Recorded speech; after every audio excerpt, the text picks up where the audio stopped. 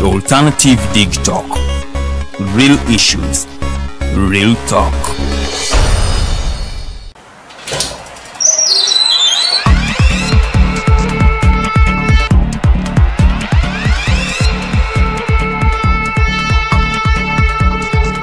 You have got to get up pretty early to go do something.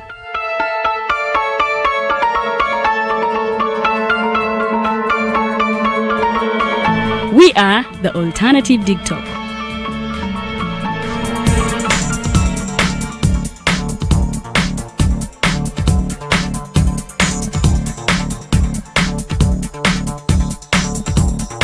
With our mobile studios, we are redefining TV presentation just as technology is setting the pace. We are blending our approach with fresh, perspectively designed breakfast show, The Mighty Drive, informative and entertainment show, exclusive and live interviews. We President Museveni wa dejuzi namulaba apima kawunga kilo 2. Tasobola kalya. Nini bwaba alya kilo 5? Oya nemo okulisa. Eggwanga ne bwe limundekera. Njagala kwebaza the Alternative Dig Talk etuwadde kano ka Mighty Drive era n'abatuwuliriza bonna abali ku mikutu njagala basaba mugendo maaso n'okuwuliriza. All given to you just a click away on your phone, tablet, laptop and smart TVs as we are streaming live on our social media platforms, on the road and on the go. We are the Alternative Dig Talk.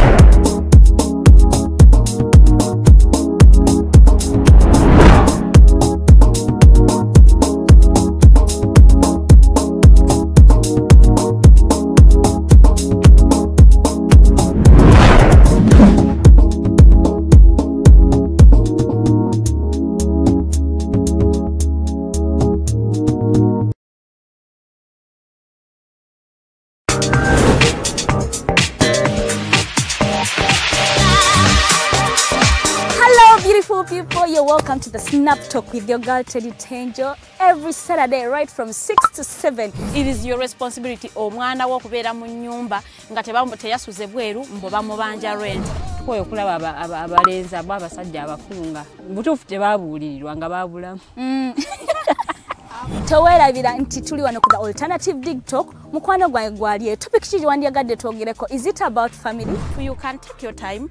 Look for a job, stabilize, men will come, men will always be there, you will get the men. Bonna goyagala musajja yenna goyagala ojja mufuna. Embaga ketuuke. Bino bintu byasenga na ojja bafuna. Naye ng'oli asitudde ttu yakedde ku makyabbaga nti nsitudde ttu. Naye nga mubutuufu agambye nti ye akyali muto. Is it outside family? Is it society? Oh, could it be relationships? Just be commenting a topic yona gyandyagadde twogereko tujja kwa tujogera kwano ku the Alternative Dig Talk ku share enganzi the Snap Talk.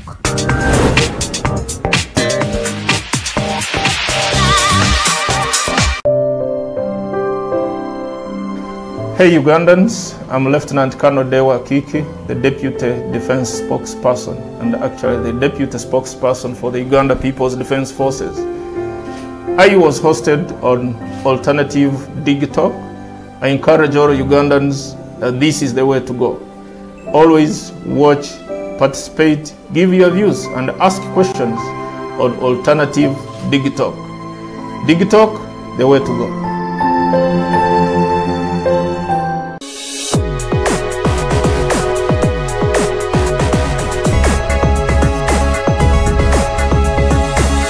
The Alternative Dig Talk.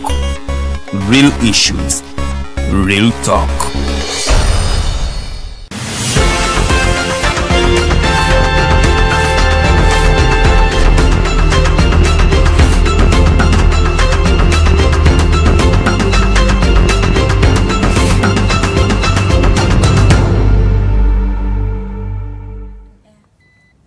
It is the 2nd of August 2021. A very, very good morning and a warm welcome to the Mighty Drive show. We are already set, we are here, we are back and we are better. It's a new month, it's a new week. Welcome aboard. For the next 2 hours, we're going to be moving with you up to 9 a.m. ladies and gentlemen. My name is Edgar Mathew Karuhanga, and as I've told you, it is a new month. It's the 2nd of August 2021. New resolutions, that means you have new goals and refined goals at that, because as the Mighty Drive, we believe that you have to plan your future for yourself. If you don't have a picture of your future or an image of what you want to be, that means you're not going anywhere. Ladies and gentlemen, making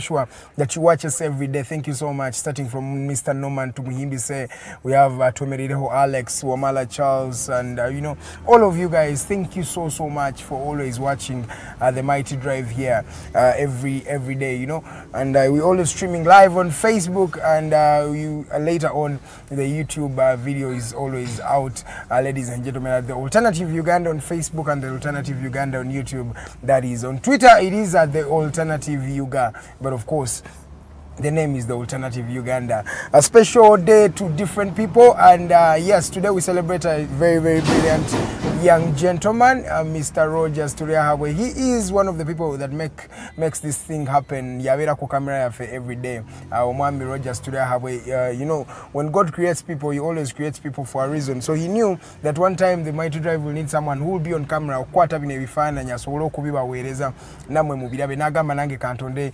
Rogers n'amanya ntino nawe oliyetaaga omuntu ajja okukuza okusanga kweku information and credible news kyobola yatonda nze ne Farida. So that is how there is always a reason as to why someone is born. So a special birthday to Mr. Rogers Turiahabwe. Enjoy your day.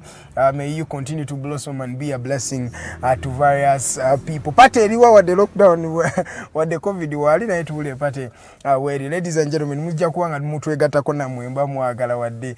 It will be a virtual event, I'm sure. But ladies and gentlemen, atuyingeko mawulira agabadde gatambula olunaku olwaleo by the Farida jakuwa negatako maasawo nekanzo kemba wa mawulire agabadde mu weekend eno mangu kye bayita olukwakwayo tugayite mu lukwakwayo. President Museveni ku lunaku lwali lwa kutaano yajja n'ayogerera eggwanga zali sawa 2 practically zalina kubeera sawa 2 naye yajja late as always. Omukulu yajja nga wayiseemu ku budde naye yajja bannayuganda bangi beyawa kaseko ku matama bwe yasobola okubanga akola kye bayita partial lockdown. Yasooka n'atunyonnyolamu statistics nti waggulawo 100% kye kigenda obeerawo, wakola partial partially opening again nayo nejo kye kigenda okubeerawo, n'agamba ate kati bwaggulyawo ddala completely nakyo kye kigenda okubeerawo. Yasooka n'abitunyonnyola bingi nga mumanyi. He is one gentleman who knows how to actually talk to people. So he's taking his time, na smiling and oluusi n'asekamu, oluusi n'akolamu jokes. That is President Museveni for you, 76 years, and he has been in the driving seat of this country for the last 35 years. Yavaayo n'agamba nti bodaboda bazikiriza okubanga zitambula. Gichecho ekimu kye yasooka okubanga era abavubuka bangi bannange ekyali awo mwala wa memes after that. So ababoda babakkiriza batandika okusaabaza abatuuze oba abantu, naye nga bonna balina okubanga bafollowinze all the SOPs omuli okwambala mask yaabwe n'okusanitizing every after you leave a judge. So ezo bodaboda yazireka atwala bane arcade ne malls nazo yaziguddewo zigenda kubanga zitandika okukola olunaku olwaleero, oba zatandise dda okukola kyemba njogera olunaku olwaleero. Malls ne arcade yazigulawo n'akakasa bannayuganda nti no buli balina okubanga basobola okugulawo naye they have to keep a social distance. Muzino no za arcade yayogerako n'ekikuubo, wadde ekikuubo ye yali so precise about it, n'ajogerako on spot n'agamba wish bana vendors ab'oku nguudo bo bagenda kuvaawo, n'agamba amaduuka galina okubeera nga gali spaced nga gali mu social distancing. Tebagala kavuyo mulo lukuba abalumanyi olubiramu eri ebabeganga kuikoto. That lane, I don't even want to call it a road, bibera nnyo congested. So bagambe abantu abatundira ku balabo basooke bawumule mbafune ebifo ebirala ebi designated ne basobola okutundira merchandise waabwe. Public transport omuli taxi omuli ne buses bazikiriza okubanga ziddamu okutandika olunaku olwaleero nezirina okubanga zitambuza abantu nga balimu half capacity. Nti basi we betambuza abantu tugambe nga 67 balina okubeera abantu abalina okubeera mu basi balina okubeera half of the actual number of the people abalina okutula mu vaani so nazo nazigula amasomero n'amakanisa n'emizikiti n'amasinzizo generally bo tebakuddamu kubakkiriza okubanga abakola oba okubanga baggulawo simanyi baba bakola naye oluusi ennaku zino kanisa nazo zaafuuka business baba bakola naye katugambe muno amasinzizo gano tebannabagaggulawo okubanga gatandika okuweereza bannayuganda bangi then yakkiriza 20% okubanga eddayo ku mirimu nti mu office spaces ezibadde mu bitongole bya gavumenti n'ebitongole ebirala we baali bakendeeza abantu yagamba kati abebadde ku 10% kababongereko badde ku kyeyayise 20% kwe kubanga bongera ku bingi nnyo ne sports activities yaddamu n'azikkiriza okubanga ziddamu okubumbujja naye the sports will be going on after the players have actually been vaccinated or tested for COVID-19 naye tetumanyi oba aba clubs zaffe ezawano n'abannamizannyo abasinga basobola okubanga affording okwevaccinating amangu we batyo bwa ne zino rapid tests nazo baba zisobola omanyi timu zino bannange zisinga onategera sports industry ya Uganda na abakulu bebajja ne bateekamu individuals bebajja ne bateekamu mu teams zaabwe. It's very rare for the government to actually take over the sports. Atenga kyekino okuba mawanga amagonjovu sports government is responsible for them. Kyovola waliwo mawanga nga badde gagenda mu Olympics ngasoka camping for 6 months prior outside the country nga baana bali mu training and government ye facilitates ebino ebintu. An individual kiba kimuzibuwalira nnyo kujja nga ina ssente ze n'ensimbi naye okubanga olina omuntu ali individual nga asobola okuba nga mu sports kiba naye kimumenya nnyo so government yeyina okubanga eyingira mu bino ebintu mu mawulire amalala katugendeko ndoza wano era mu ggwanga katwogereko ku Buganda lunaku lwali lwa mukaaga twalabye nga kabaka Ronald Muwenda Mutebi nga celebrating ajade emyaka 28 ku Namulondo y'abajjajjabe omwami onondo za mujjukiro obwakabaka babukomyawo zali naku z'omwezi 3 mu July mu 1994 wano mu ggwanga erya Uganda okuva olwo abaganda badde essanyu lyabadde mu buddu buddu wemanjogera ku buddu manjogera mu kifo ky'e Masaka abantu bangi bannange okucacyanca okusanyuka kwabadde wali nga aibene simi okubanga celebrating his 28th coronation ngali wali ebuddu bannange embutu yabutuka ne twalabye essanyu yatuse n'okuva ne mu motoka n'atambulako ng'abuuza banna Uganda ekyaleese essanyu ku matama amangi naye mu bigambo byenno kabaka nti yabadde mu mativu na biki ebigenda mu maaso mu ggwanga lino mweyayogeredde nti no bakyetaaga ebyabwe oba ebyaffe omanyi bwe bakyogera ebyaffe boogera ebintu nga federal system of government abaagala ebintu nga mataka gaaba agatwalibwa omanyi land evictions nyingi ezibadde mu Buganda wano bannange abantu bangi bebagobye ku mataka naye by the way olaba land evictions zino in fact omukulu Charles Peter Mayiga yakipointing out on one of the shows yabaddeko wano ku TV ezimu enganzi mu ggwanga lino ng'akakasa ng'agamba bannange bino ebintu yakyogedde ng'agamba nti ebintu bye bayogerako ebya land evictions bitandise in the 90s lwaki ebintu bino bitandise mu G9 kyekibuzo kyeyadaabuuzya ate olaba mu G9 awo government eno yali yakajja mu buyinza so from the time this the President Museveni and his government came into power, that was 1986 okuva that is when the people have actually started to feel the wrangles and evictions in Buganda so nagamba lwaki kino ekintu government tekitunuddeemu omwami Charles Peter Mayiga yali ku shame bagiyita on the spot eri awo ku TV ezimu enganzi mu Uganda muno nayogera nagamba naye banaye ne Buganda muli wano mujikuba nga mugamba mbuno ba voting against the government nagamba why don't you look at the reasons as to why they voted against the government omanyi ekyo kyenjaga I like people who have a systematic way of thinking. It's called systematic thinking nti ekizibu tokirowolezanga waggulu. Look at the root cause of the problem because when you look at the problem itself that means you're not solving anything that is not sustainable. If you want to sustain a problem solving equation or something you have to look through the system otunule kuva wansi kivude kukyana kyadababuuza why are these land evictions starting in the 90s? Have we looked at it that way? Why is Buganda voting against the government? Yet it was Buganda itself that brought this government into power. We have seen over the time that Buganda has led the different power, generations and power changes and power, government changes in this country. It has been Buganda at the pillar, because yes, the most of the economic activities zibera wano mu Buganda. Wetuwa tukiriza abazima Buganda yesinga katugambe wealthiness, capital city eri wano mu Gwanga, mu Buganda, airport eri mu Buganda. Why? That means Buganda has always taken the lead in everything they do.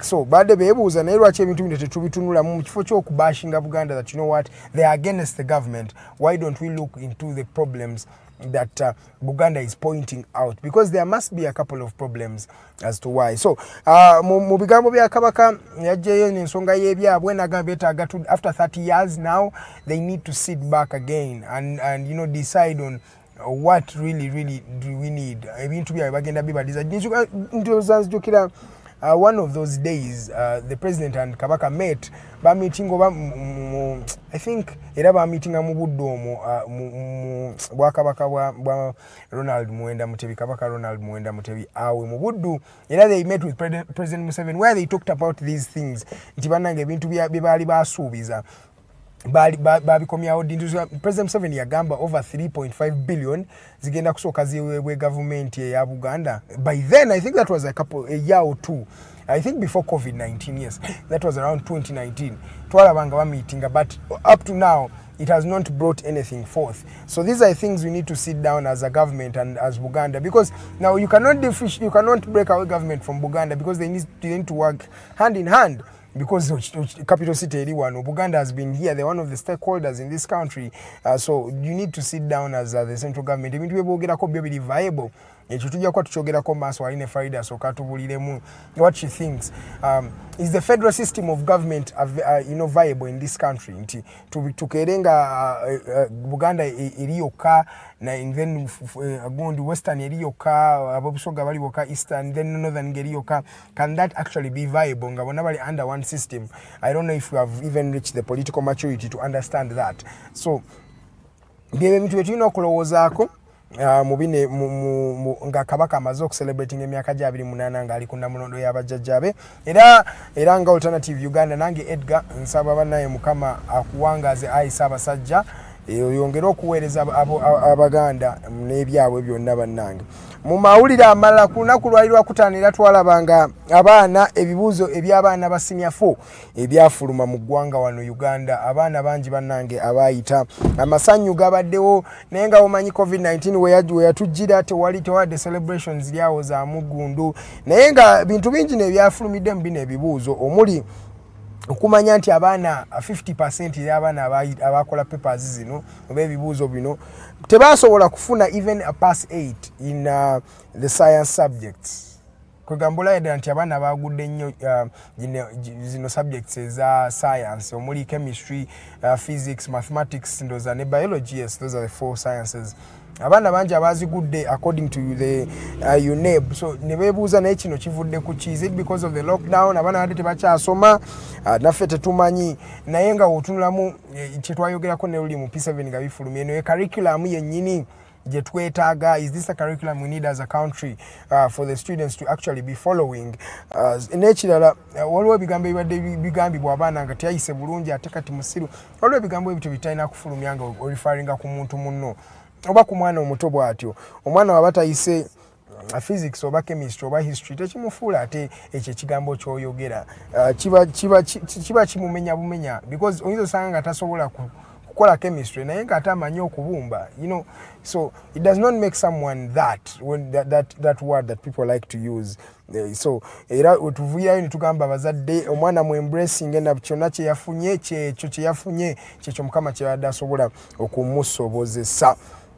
Mu mawulire amalala ndooza abaana 2460 students did not show up to do exams. Bana bangi okubanga tebasobodde kujja ne bakola n'ebibuuzo byabwe. That means there are various reasons. Abamu owulira stories abamu ate baafuna embuto, abamu bakola batya. Kugamba bino ebintu biba si birungi nnyo. Abaana 2460 tebasobola kukola bibuuzo byabwe. Ate mu bino ebibuuzo twalabye nga abalenzi basinzeeko ku bawala. It's contrary to what happened last year. Last year bola basinga abalenzi, naye this time round abawala bo tebasinze balenzi be bavuddeyo nga bali so triumphant. Ku lunaku era lwali lwakutaano lwennyini twalaba Cheptegei ne Kiplimo nga bajja ne bawangula nga silver ne bronze wali mu Olympics mu mpaka za 10,000 meters. Abamanyi 10,000 meters zibeera laps emirundi okwetoolola ekisaawe emirundi 25.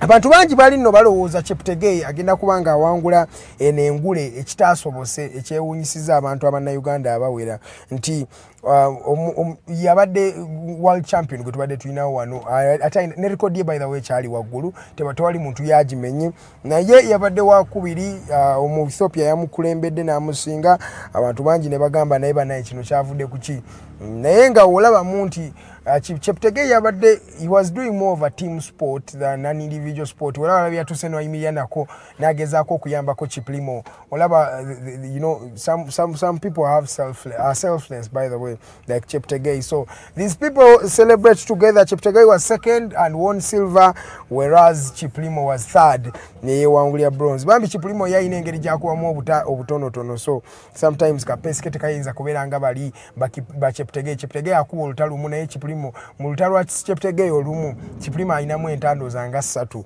So olabira ddala nga oluusi nakyo ekyo kiyinza okubanga akibayingira. Still nga tuli mu Olympics ekibuga kya Hokkaido ne Sapporo emizanyo basoose ne bagiwummuzaamu mu bibuga bino mu Japan because of the heat bana ebbugu mulingi nnyo kyebabagamba muno Rogers ajja n'abagamba wano buli lwakuna that climate change is real, you should protect the environment. Oluusi ne tubanga tulowooza bya kubalaata na kuzaaga naye oluusi bibeera bituufu. So bajjayo emizannyo mu kibuga ekya Hokkaido ne Sapporo ne babiteeka mu kibuga ekirala because of the heat that was in these particular states. Ladies and gentlemen, dakika ziri 21 ezakayita ku ssaawa emu ey'okumakya. Amanya nze Edgar Mathew Karuhanga. It's time we go for a short commercial break. Amawuli amala tugenda gwogerako after this break. Tunyumyemu ne Farida kikyalowooza ku ggwanga lino. Tujja kusooka tuyite mu lockdown, then later on twogereko ku Bwakabaka bwa Buganda n'amawulire amalala nga ganaba agaze. My name is Edgar. Let's go for a short commercial break.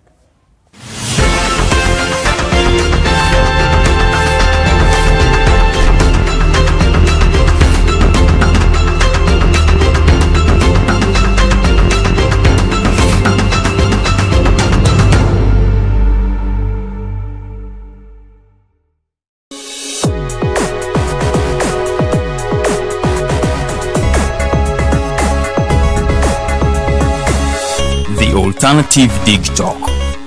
Real issues, real talk.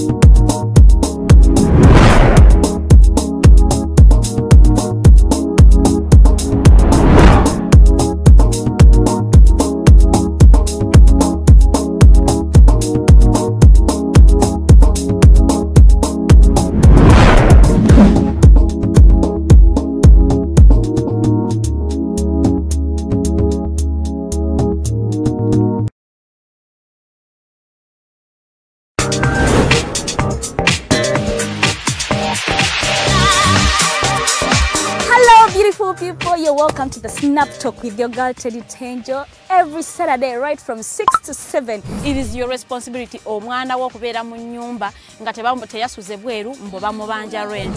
Koyo kulaba abalenzi abasajja abakunga butuufu tebabuulirirwa nga babulamu. Towerabira nti tuli wano ku the Alternative Dig Talk. Mukwano gwange gwali topic kiji wandiyagadde twogereko. Is it about family? You can take your time. Look for a job, stabilize, men will come, men will always be there, you will get the men. Bonna goyagala musajja yina goyagala jamufuna. Embaga ketuke. Bino bitu yasenga na ojaba funa. Nenga oli asitudde tu yakedde kumacha baga nti nsitudde tu. Nenga mbutufu agambe nti gyachali. Achali mutoto. Is it outside family? Is it society? Oh, could it be relationships? Just be commenting at topic yona jandiyagadde twogereko tujja kwa tujogera kwano ku the Alternative Dig Talk ku share enganzi the Snap Talk.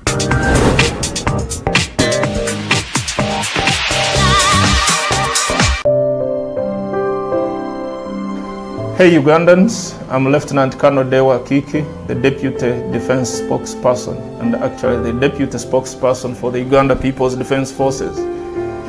I was hosted on Alternative Digitalk. I encourage all Ugandans that this is the way to go. Always watch, participate, give your views and ask questions on Alternative Digitalk. Digitalk, the way to go.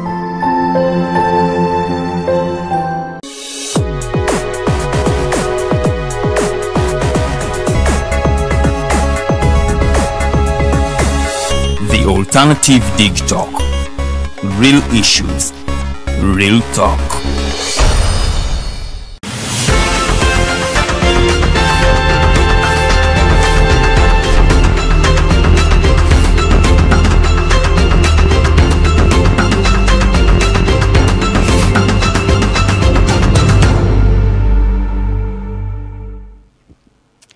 It is the second day of August, the year 2021.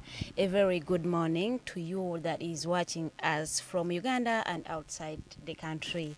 Farida Bikobere is my name and I am with Edgar, Mathew, Karuhanga. I'll be taking you up to 9 a.m. We shall be discussing about the topical issues that are happening in the country, the presidential speech, the kabakas, warnings, like people are encroaching on the middle and he doesn't understand why.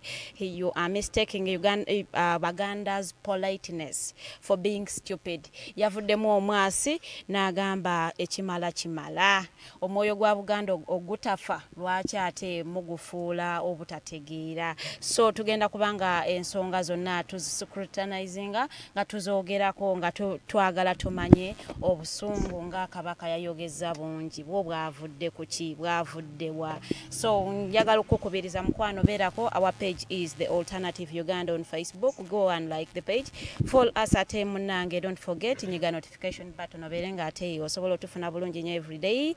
Bajja kubanga ate bakuwaka notification nga bakubuulira nti tuli live about alternative bali live. It is the reason why oyina okunyiga notification button ebaberenga ate bakuwa notification button. Ojja kumbuuza lwaki nyiga manyi bana Uganda mubuuza nnyo lwaki nyiga abali ku YouTube ba mikwano subscribe mbere nti ate musobola okutufuna because obanga to subscribe nze tusobola kumanya ddirwe tuteeseyo show. So you have to subscribe on YouTube. We are The Alternative Uganda and on Twitter we are The Alternative Uganda. Munange nayo genda yo following ku Twitter olabenga ate tweets zaffe tutubeera tetutweetinga bya kisiru ate kabako yazadde mwoli kale yadde byonna tubyogerako ebyabayimbi naye ebisinga ebyaffe bibeera bya makulu nnyo. Nkwanyiriza, you are watching the Mighty Drive and this is The Alternative Digital. Karuhanga, a very good morning. Good morning. So you mean Kawakobuzana Mwana is not that important? Kuye kibeera important naye eriensi tekibeera important. Quote y'olunaku lwaffe olwaleero, it is a Monday, it is a new week, so njagala tutandike ne quote erimuko Katonda tubeere nga ate ebintu tubitambuliza mu Katonda. Tujja kugamba egamba bweti, when you pray and you get what you have prayed for, that is God's direction. But when you pray and don't get what you prayed for, it is God's protection. When you pray and get what you have prayed for, it is God's direction. But when you pray and don't get what you prayed for, it is God's protection. Because you never know. Oyinza okubanga wasabira dde mmotoka naye nga Mukama amanyi ku nvuga yo bw'anaagikuwa tojja weza mwaka ngo kyali mulamu. So naagamba nedda ogira olindako gwate munange bwobanga olina kyosabidde notakifula tonyiga banyezi Mukama ali mukutaasa ebintu bingi nnyo. So njagadde tutandikire on a positive note because it is a new week, so ate it is a new month. Happy birthday Rogers to be hawe Rogers ye birthday kwano nze simanyi nakumanya ogenda nabo olunaku lwaleero ate batumanyi foboina police the company police on your birthday you have to shower because you're not sure if you shower. Yeah, if you showered the previous night, so you have to shower since you were newborn. And by the way, water is a sign of rebirth. I don't know in the Christian faith. when they dip you in the water. That's baptism. Bagamba, ebibibi obirese munda okomeo. So as you start off a new year, we like to pour water on it. Kujeko stresses on lockdown. Then you're reborn again. Nengo new day tusaba mukama katonda kwecho singo okwagala mu bulamu obwo. Be it a wife, finances, whatsoever. Let it be musabe mukama. Kyona kyayagala mukama tusaba kikuwe. Akwena omukyala era omulungi kuba naye nkimanyi. Talina mukyala. Talina mukyala omukulu. Katusabe ne mukama amuwa omukyala omulungi. Wali omukyala omubi. Omukyala omubi yabeera atya? Nga mubi. Mubi how? Nanti kyenjagala okumanya. Like okay, there's being physically ugly. And then going out character and so ugly. Men still consider physical ugliness when it comes to marriage. By the way, physical ugliness, it's a two-way traffic. Also, someone mukazi mubi, they are intelligent, so a man can fall for that one. But then there is that one who's beautiful, but they are a fool. I'm sorry to use that word. It sounds bad, but waliwo omuntu nga kalo ngajete nakale mulungi naye nga mama we yamukuza agamba omwana wange ono banna yajabbalwanya ngamitandi bassa bw'otuula n'otandika okwogeramu n'endi bassa losing that taste and interest nga when you know there are beautiful girls who cannot sustain a sensible conversation for more than 10 minutes nga ali beautiful so would you actually date a beautiful fool? Beautiful fool osobola omufuula intelligent. Yabera mulungi abantu balinga abantu bamulabako naye mutandika reasoninga. Neno otandika abaana abalungi n'abaana ababi bannaye nabo tebabeerekana. Njukia science says nti omwana intellect amagezi agajja wa mama. Yeah, 70%. 70% gabaga mama. Kati bwe wotwalya mama nga naye honestly funda ne basa. No mubinga azala. Ndibasanga nedda.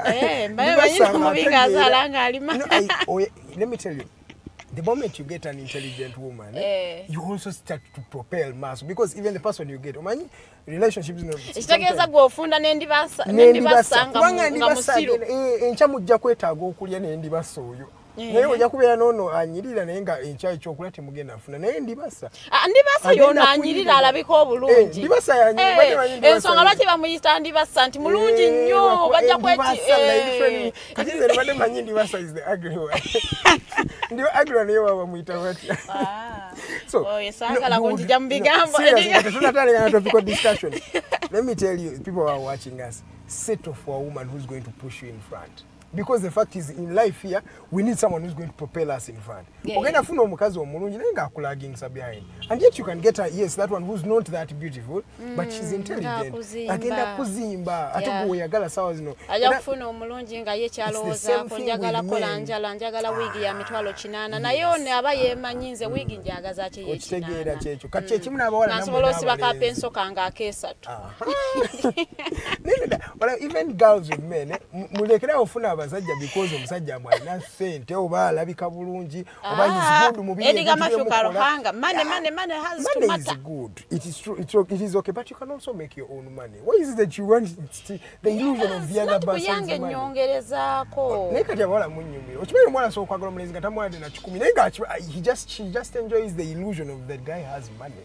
Illusion. It's an illusion to omusajja alina ssente. Naye nga tozimpa. Naye nga tozifuna. Goba tolina. Alaba motoka. Let me tell you women, a man can become what you want. You can join our discussion by dialing 0789017145 0789017145. It is the mighty drive topic yaffe y'olunaku olwaleero esooka egamba olunaku olwokutaano president yavaayo n'attaako eggwanga partially bagamba mu bitundutundu mu Luganda.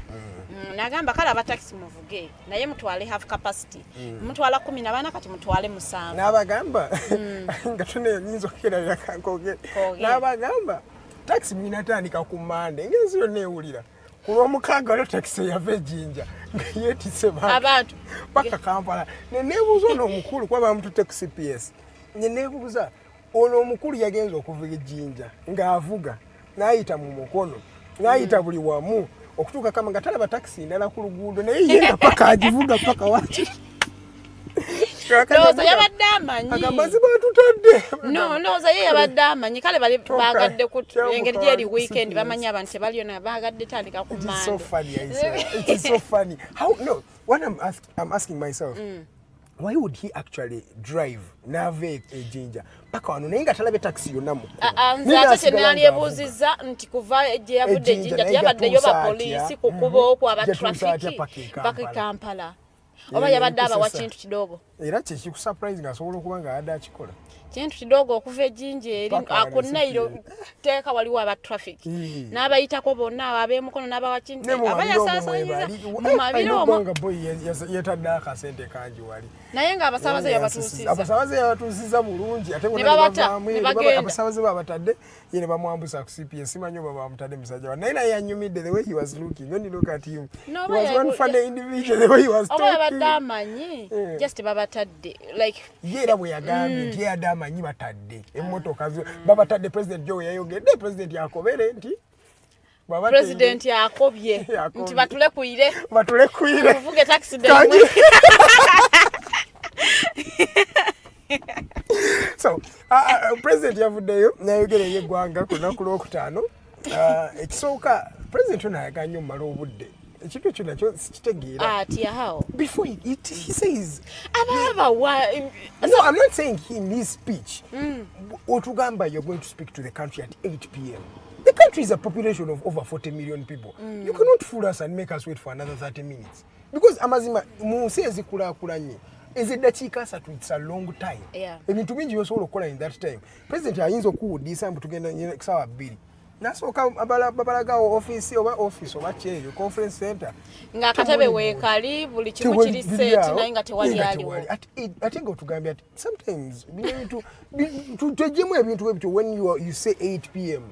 say ebeera 8 p.m. amawanga gakulaakulanye gakwata time they value it kati ekitegeeza obuzibu buva eri waggulu ku mukulu ne bana abato naffe ne tugoberera omanyi nga ono omukulu watera ogamba ono we Kenya gotero leeta bamutyamwerayidde PLO agamba when the calf sees the mother cow doing what chewing card they also learn from there kati era president watukwata budde kati omwana ali wansi wa primary agenda kwata otyo alaba president yatugamba ku 2 najja ku 2 ekitundu. But time is actually, you know, an etiquette, keeping a time. But okay, to wanga president waffe katugambe gwe oli musajja mukulu katuko respect yokuba so yayogedde bitini nane essential workers babatadde naye twefuge ayine mmotoka ngo osobola okulinnyawo ka border kale mmotoka gireke you are causing a lot of jam ku kubo in fact olunaku lwa Saturday abantu bave wakanga tebalina tebagenda kukola kuvuga mu mmotoka zaabwe naye kuvuga mu ne balyoka bakozinga jam mu kibuga wonnanga olaba jam naye buza Uganda needs bagala ki naye bagala bala omusajja janyiga abasibe tuleke omusajja janyiga abasibe naye nga babagambye banaye mu Karuhanga abantu babiri driver wa kusatu Kare 2 people driver wa kusatu gwali mu kuvuga emotoka yo eyiyo owa taxi mukwano Karuhanga abantu 7 aba taxi president yayongeddeko n'aba quoting anti no manyi bagenda okutuuka nga he said wemuna bagenda laba for the next 2 weeks bagala nga mutandise ebintu byamu ebyekisiru ebyo ate na data taxes zita kuluna olugudo olukulikonge nanganda bamanya okutiika abantu abayitamu ne batuuka wali ekibuye ne babajjamu kati va kwabo wali yeye busabala jukate busabala walo n'enfuufu busabala bateeka bana imagine in times of covid bine bintu mwa bagenda bana buli muto gwa abantu bana nolo ko uli engeri jetu first of all muto gwa abantu basatu ati naye kati ejamwe jabana jife jaffe jibe jabana iri musabala jukete it is lowless practically because walinga bibatwira bireye baba vaako baluleka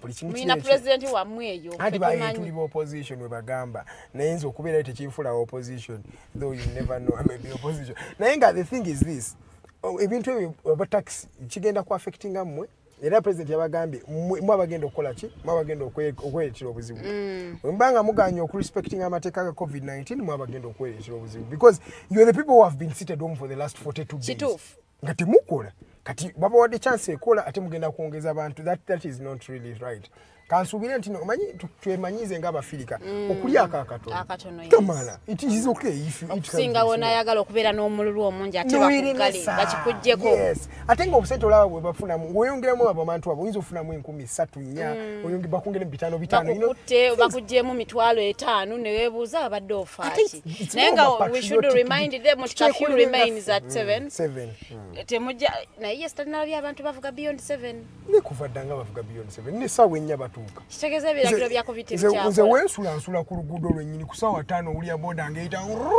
ngamba abannayuganda okuggyako okubeera nga twekaza at 11 p.m.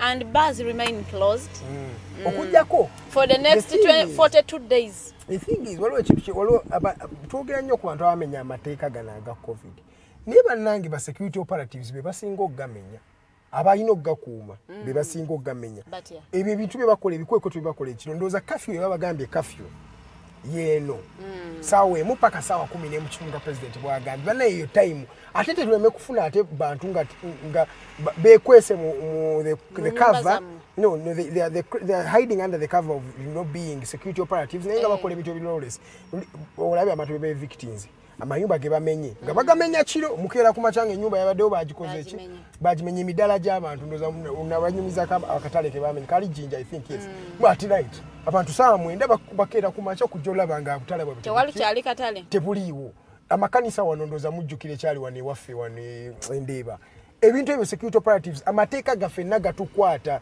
lwaki abateeka abataxi abapoliisi wobalaba kamangaliza abo nze mbalaba ennyo mirundi mingi era nammwe ekyemanyi munjulira mubalabye babeera kabangali nga bajjuddeko bati but they are supposed to do what to keep a social distance ku booda batambulyako abavubuka bagiyita zugu ku zugu mutambulyako babiri kati president wabagambye mubire kati mwebakimba mubikola you become an example to us era nolinagamba naye kasitaba ne poliisi batambula babiri kwegamba mwegula kwa the mere fact that you are policemen covid ebate bakwata why for you are immune we mukwata abantu bemusanze mbibala mubagatta wamu naye nga ate mubala wombasanze ekisooka beggaliddeyo ekyokubiri badde balina bumasiki wadde bubeera wano wansi the mere fact that beggaliddeyo ekitegeeza they know what they are doing is actually what wrong.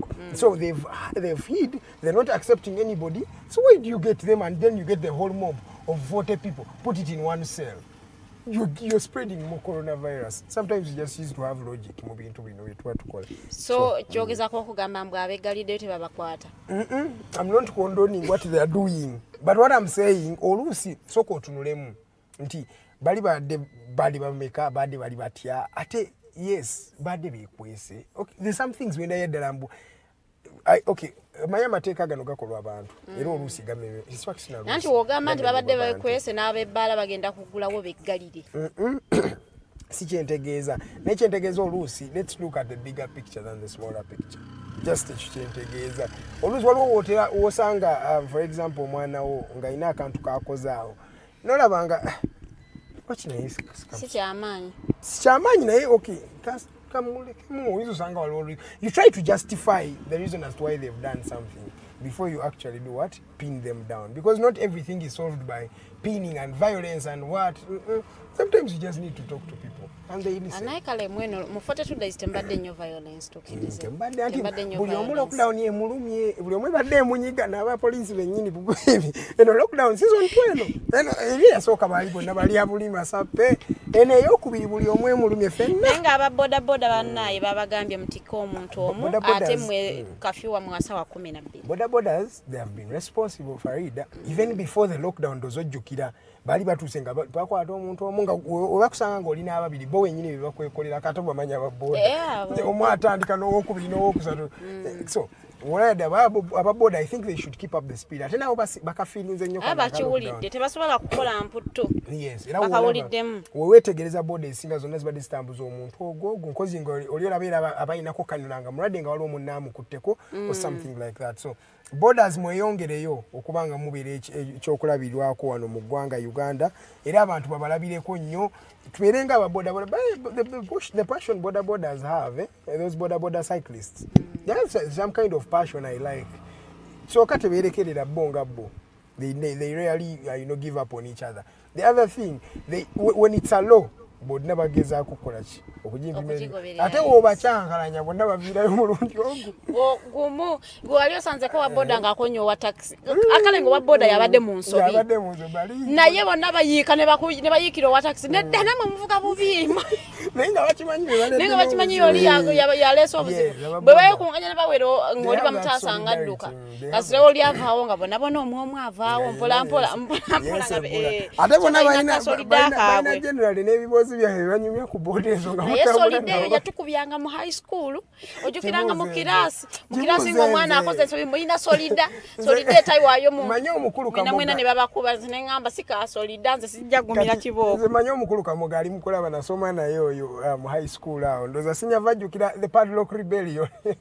akola ko the padlock rebellion now buli omu ne bakuba buli omu kiboko buli munagaana okwogera ani yataddeko kufulu ku dome fenna ne bakuba kiboko ne bakuba naye nga yali ayogera n'ogu buli omu solida yekubya kiboko atogeza ojo oyogere kibiina kyonna kikuwalane oyo omwana yatuvaamu n'ayogera gwe yatuvaamu gwe weeraba weemanyi gwe watuvaamu naye twawulira nedda fena nga ate ekyaluma abaana simanyi nangeri gye tutuuseeyo ekyaluma abaana ku last minute nga mwafunye dda nga fenna twafunye batupanishinga ne twatusayisa ne batukuba kiboko buli omu n'agaana okwogera nga fenna tetwamulabe yateekako kufulu fenna nga tuganye nga just one I think baali bagenda tuwayo suspect fenna class abalenzi bagituma naye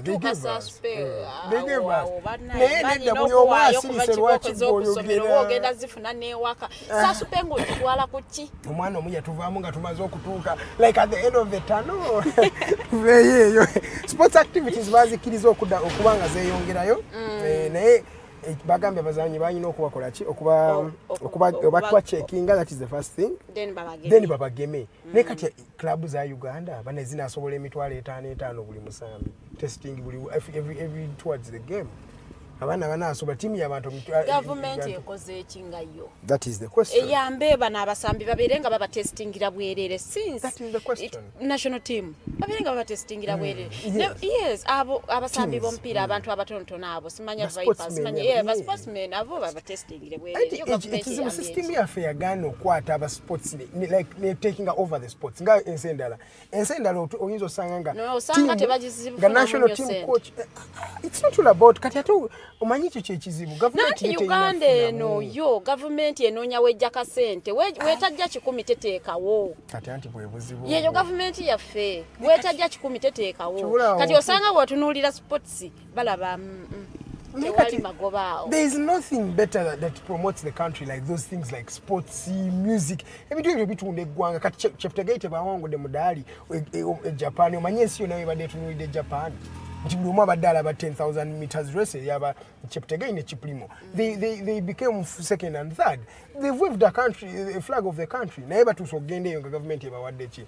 Those are tudemu tukomeo wano government yeta investing in sports. In fact, taking over the sports. Tuvyembi ne yoga mambo fufa atene fufa mujikwata ku budget ne mujitemera ya akantu bwe kati no let the government take over ngense ndale ezitegere ezimanyi bine ebintu olaba Ghana olaba Nigeria national team ya Nigeria oza gundi ejikwatako no it is Nigeria yenyine eggwanga we babagenda bajja bachataringira plane nga government yegisasude abana omusambi omusala gonna bagusasule like it is government that is responsible. Oba ne ba leaders baffe betulina nabo tebakoze kimala. They've not prioritized bano abakulira zino teams nti owa Vipers ajja kwegatta no wa bekolemu omulimu bagende take your request here. At no Farida, something that is funny about this is that wotunulamu emizannyo gya Uganda. Let me talk about football generally, specifically. Sorry. Nti omusambi teams ezisinga ezolaba zinamu omukono gwa government. Ogwa si mukono gwa government biba bitongole like the owners also babaira ba individuals. KCC olaba ya kitongole, URA ya kitongole, Vipers omukulu yaliko mu government impola mpola. Botunamu wa Kiso Giants bona like they're actually things that are run by individuals from government. So when do we think about, let's not just bring up individuals from government. Let the government actually take charge. yo because government here gena kuteeka mu because that is their role. They have to invest in the sports because fe bakwata tax omanyi government fe tubakwasa resources zaffe nga tumanyi bo bali more enlightened to manage our resources for us. Nti boba manyi nti olaba kati gwe muzanyo gw'omupiira tugukulakulanyiza tutya tubeere naffe nga omuntu nga Lionel Messi mu maaso eyo. Ono nalimba wadeka example ne bagamba mu Germany etimu yawangula World Cup ya 2014 Farida yatandika kuva wansi abaana aba bakuba timu eyo ba Ozil omuli ba Toni Kroos bani batandikira mu Germany wansi ku mupiira gwa wansi nga government yeje bakwatako yamanya omanyi Uganda tukola ebintu nga tulowooza leero nancha. That is the biggest challenge we have. We never think about nyaka because fatulowooza oba tugenda kugwa woncha. We live a life of, you know, survival. I don't know why. But governments like Germany know, ntino mu myaka 2 tujja kwetaaga okuwangula ekikopo kya World Cup. Lwaki tetutegeka abaana ba myaka 5 kati tutandika ba groominga kuva wansi. Government ne jange groominga abaana ngebateeka mu clubs ezenjawulo ngeba financinga era timu eyo nyini nga uyava wansi mu La Masia. Sorry, La Masia Spain. Waliwo academy ya Germany. Ento nga bava wansi batone bonna timu nga wogiraba.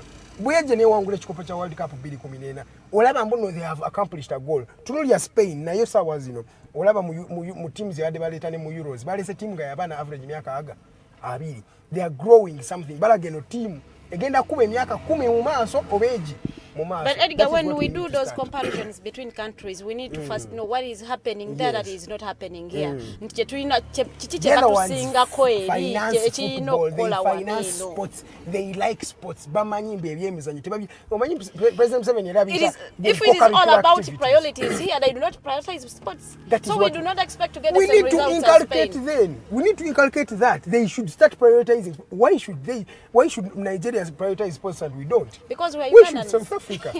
No, President no immediately maso no gamba mboza co-curricular activities. Sports.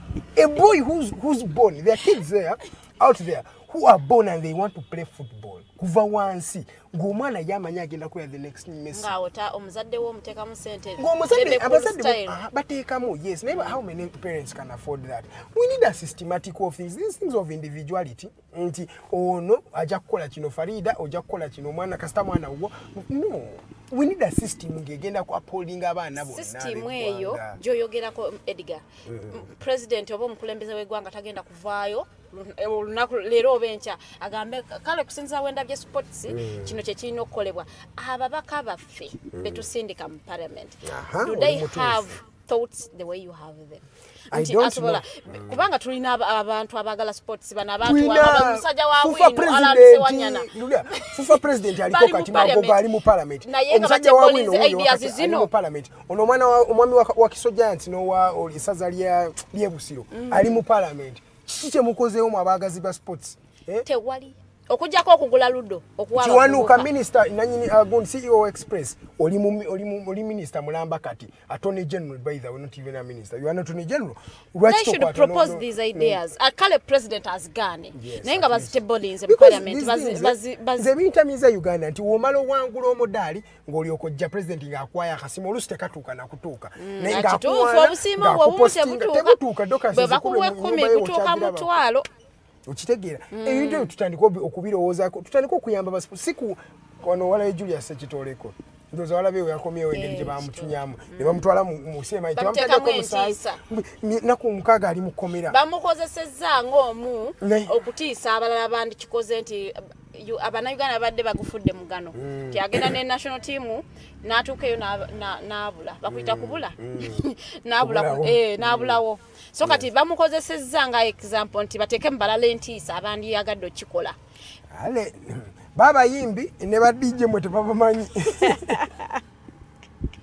omwana yagambe tugambe president nti beba promoting ampenkoni beba aba promoting ampenkoni beba itaba DJs and I like his genuinity. I like his president ali so genuine oluso ebintu byabyogera point blank these DJs I don't know them tabamanyi kati president so kata tayagala mwenge ekyo kyobule mwachi bangi is an open critique of mwenge yagamba omwaya mwagala okwesa ntaizinga mwesa sanitizing wakawadde it's still wrong ye muntu takiriza nyumba bantu banywa ki nnyo mwenge of which truth ekintu ekidistorting obwongo bwo tekiba kirungi so wova ku ekyo badije mmwe tabamanyi ensonga ze tuzimanyi lwaki tebabamanyi oba you've not been represented oba lwakuba yetabibeeramu naye badije bo bawalabe nga DJ Roger Kamimu kafulumiddewo ng'aliwa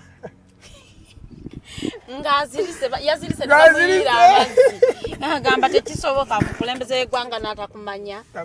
It is time for people to prioritize omulimu gw'oyagala okukola yagambye abayimbi oba ojja kubeera musomesa kati yagambye abayimbi n'aba arts nti mutandika okwe-embracinga kyeyayise online platforms ne bana abatraders n'abagamba e-commerce yagiyise e-commerce ye y'okutundira ku mutimbagano naye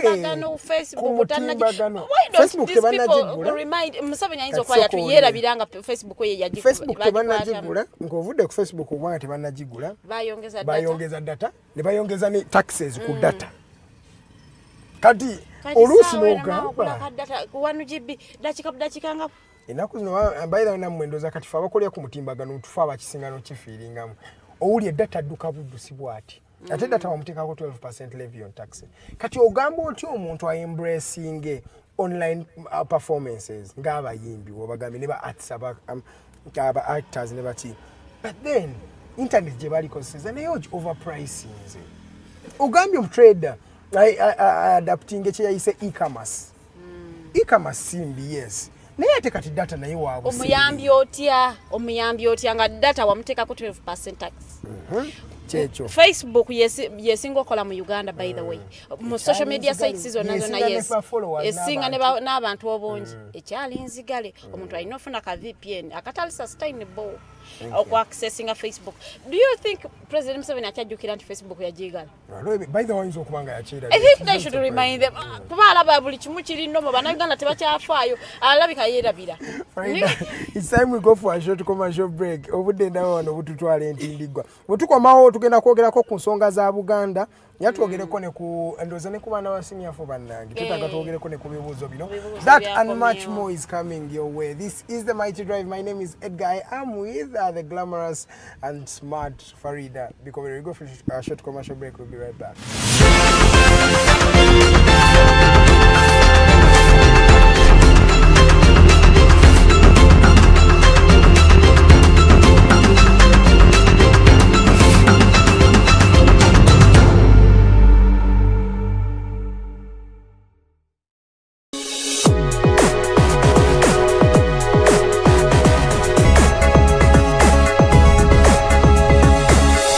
Alternative Dig Talk.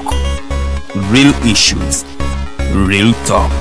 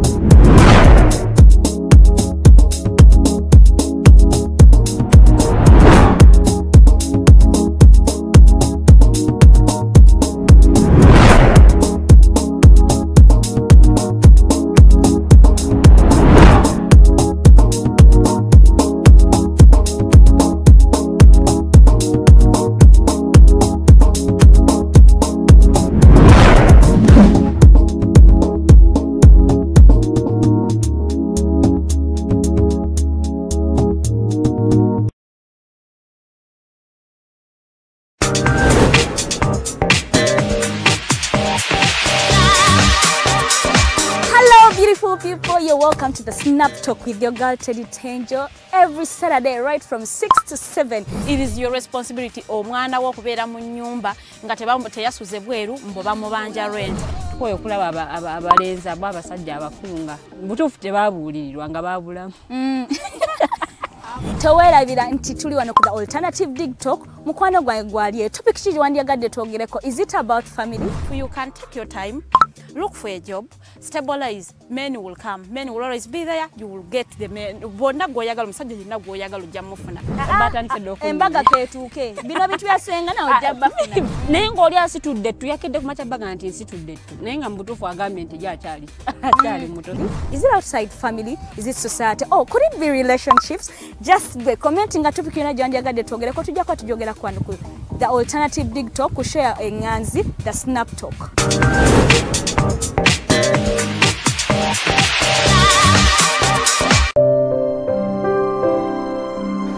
Hey Ugandans, I'm Lieutenant Colonel Dewa Kiki, the Deputy Defense Spokesperson and actually the Deputy Spokesperson for the Uganda People's Defense Forces.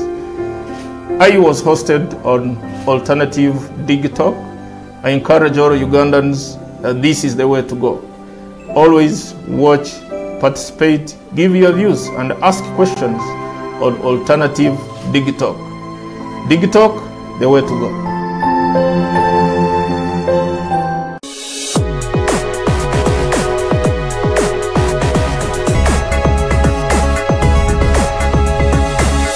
The Alternative Dig Talk. Real issues, real talk.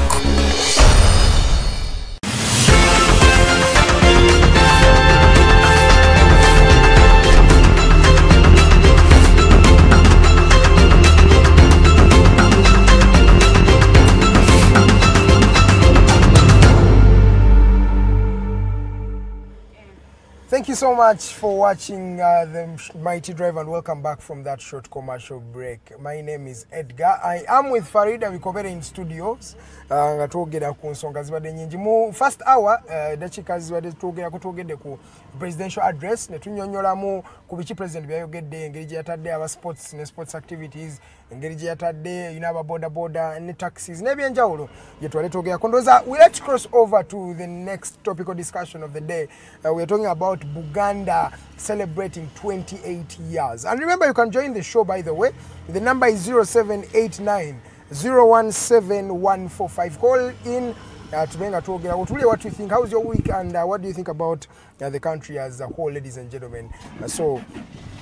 Tukubireko bagenda ne ku mutimbagano baffe page elizo Alternative Uganda ku Facebook egenda ku comment section eyo yingiremu utekemu ekintu kyonna kyoyagala tubenga twogera ko tujja kubanga tukyogerako mu maaso okatandikire kaawo wenyini mu Buganda olunaku lwabadde lwa mukaaga twalabe kabaka Aisa basajja bene chuchu magulu nyondo nanta wetu ampologoma nanga manya gonna kabaka wafu omulungi baye kabaka abeera waffe nanafa abatoro kabaka waffe ali musonga mo efumu tuli mukuba ne tumusama ne tumusama na kabaka tebamusonga mutebamwogerako kabaka waffe wanga Aisa basajja masomo ji ngalamula Buganda atola mudde bulungi atela mulira dala yawezeze emyaka 28 naye nga we are very happy nti kabaka okuva lulirwe twamulaba ku birthday ye leero ekifaananyi kye kyabadde kizaamu amaanyi so strong eddoboozi eri abadde livaayo bulungi luli tetwawulirako eddoboozi etugamba kabaka waffe nga tayogedde naye nga empologoma yawulugumye enkoni olunaku olw'omukaaga newuluguma yawulugumidde ddala ku mayiro mmwe empologoma yawulugumye neyagamba nedda omwoyo gwa Buganda kati mutandise okugulinyirira n'ensonga y'ettaka mu Buganda efuuse ky'amaanyi. By the way, prior yebuuziza lwaki ettaka eriri wabweru wa Buganda temulyogerako lwaki musonze ku Maryland lwaki Maryland ebaluma ate nga musajja mutuufu nnyo olaba ettaka ate nze wentunula mu ttaka lya Buganda jatusooke tunulye eddala ne land evictions ezize Charles Peter Mayiga akatikiro wa Buganda naye nga twaganjagala teeze mu nti land evictions zili all over kati saa weno zili all over zisinga nnyo mu Buganda zisinga nnyo mu Buganda lwaki wali ekinusu wano wali business area ate ye gundi work Charles Peter Mayiga ye yagambye mbu ezo land evictions ne mu Buganda zitandise in the 90s nagamba government lwaki temulyogerako ne mugamba bannaye okuva mu gy'ekyenda lwaki otandise okulaba land evictions mu Buganda lwaki ekyo temukitunulamu ye kye yabuuziza Omukyala Mariam Mukose Musoke webale kubeerako ng'otulaba. A very good morning to you, sweet sister. Webale kubeerako every day ngo abeerako buli lunaku. Thank you, Mariam. Mariam, yeah, Mariam. Wama you are Mariam. A Ugandan is from Okwesudia. Thank you so much, Mariam, for watching the show. I didn't want to Obama. That's your name, Mariam.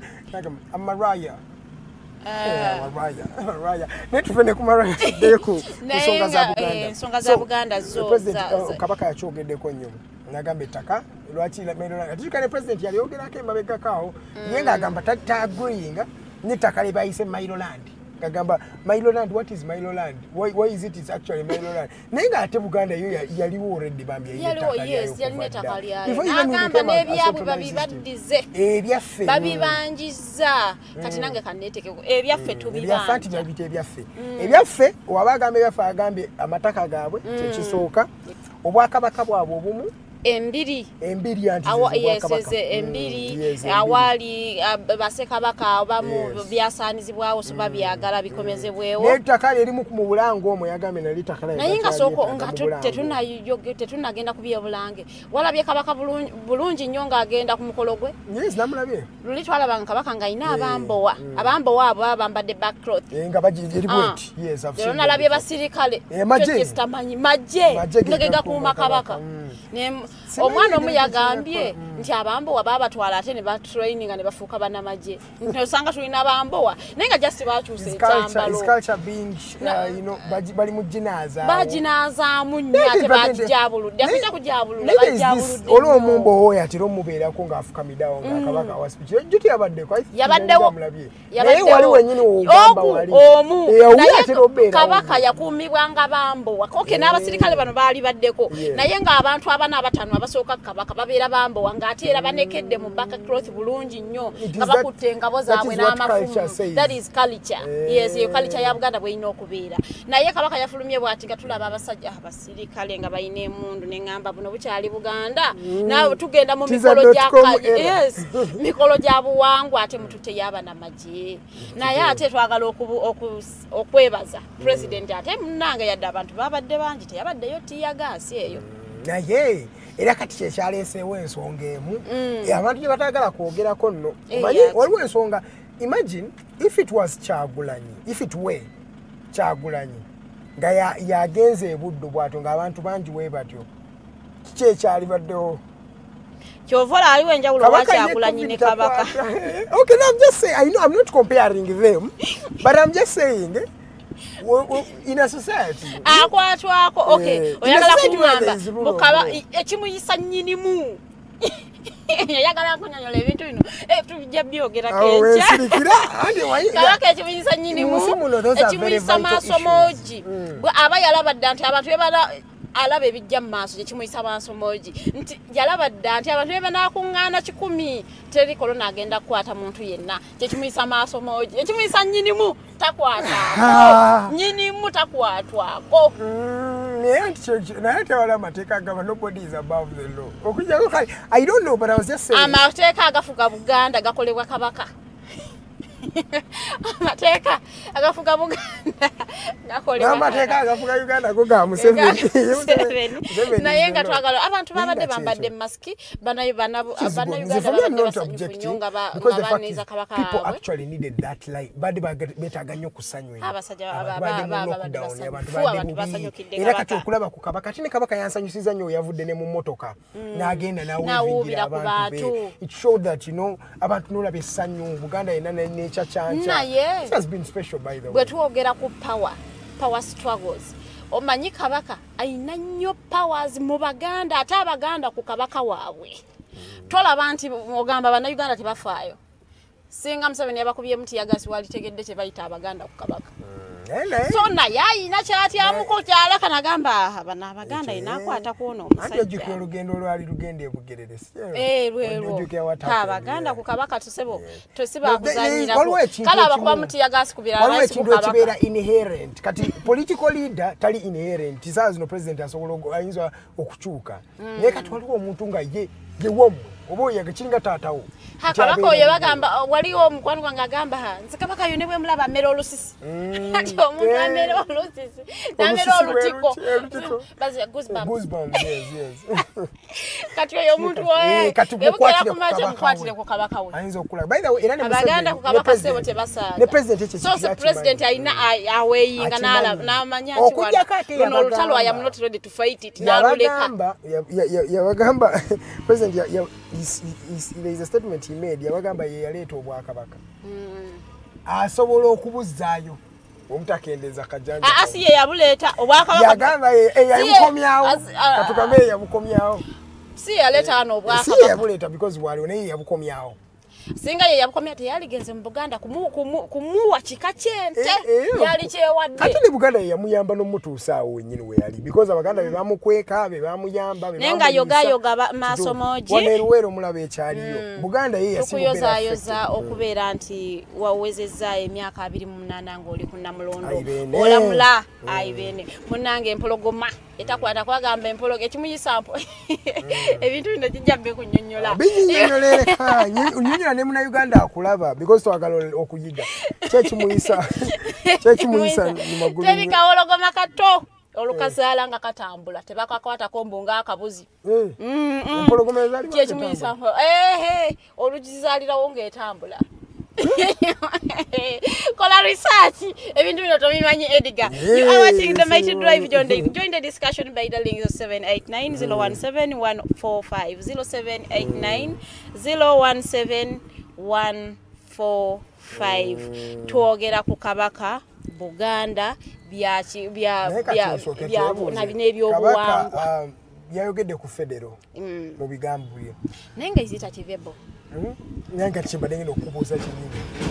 Can we achieve a federal system of government? Abatamanyi federal system of government kwe kubanga a society tugambe nga Buganda nga nayo eri independent nga yetambuza finances zaayo buli kimwe kyali naye nga ye reportinga muki central government nga walabe kiri mu nsinga United States nti amasaza gonna nga bena independent police gaina independent functions bebe kola ku finances zabwe bebe zimbire enguudo na biki bebe kola ku society yawe then just never reporting to the what the central government so checho ne Buganda kyeregamba iringa yagala kyebayita secession nti eberenga yetongodde nga Buganda tugambe nti Buganda nayo inobanga capital yayo obanga but is that actually possible? I do not think President Museveni yekuvadde abalagiddewo ye yabagambirawo that is not possible. Olaba asonga ku Mailoland. Ye kibagamba. Kubanga kyokka ekikyakwatiridde Obuganda keka akasiwa ka Buganda Mailoland. Nolaba agisonga ko n'agamba sitegeera nsonga lwaki mwagala mubeere ne Mailoland kitegeeza ki lwaki ate Mailoland bambi yaliwo even before Buganda yalina ettaka lyayo ate by the ettaka lyayo ligenze likendera because I remember Buganda was part of Bunyoro as well yali nene nnyo amasaza ga Bugangayizi ne what was it called bana isikyagajukana bulungi Buyaga Bugangayizi ndoza ge twasomangako baga batwalako Buganda was big. It was an enormous chunk of land. Why do you actually talk about the land right now? Yet it has been ancestral land that belonged to them even before. Mazima. So Lucy, just because Manyika tekizibu kya Buganda kyekyaina katimbo. Baf H4 cha Buganda is in a strategic location.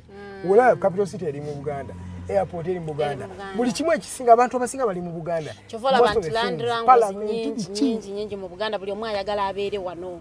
Buli omwe ayagala abeere wano wewali ekimusu. Wewali ekimusu kyennyini bannange. Yayo kabaka yabyogeddeko n'abakakasa. Teyabadde musanyufu naye ng'ate yeebazizza abavubuka ba Buganda okuba nti ate mwewaddeyo ne mulwanirira eddembe ly'obuntu oba eddembe ly'abantu n'abeebaza n'abagamba mwebale kubeera bavumu. Nyina yatuviireyo. Mwebale kubeera. Because kati abantu we batu balina okujjayo batandika. Sebo kabaka aviramu omwansi aba avuddeyo.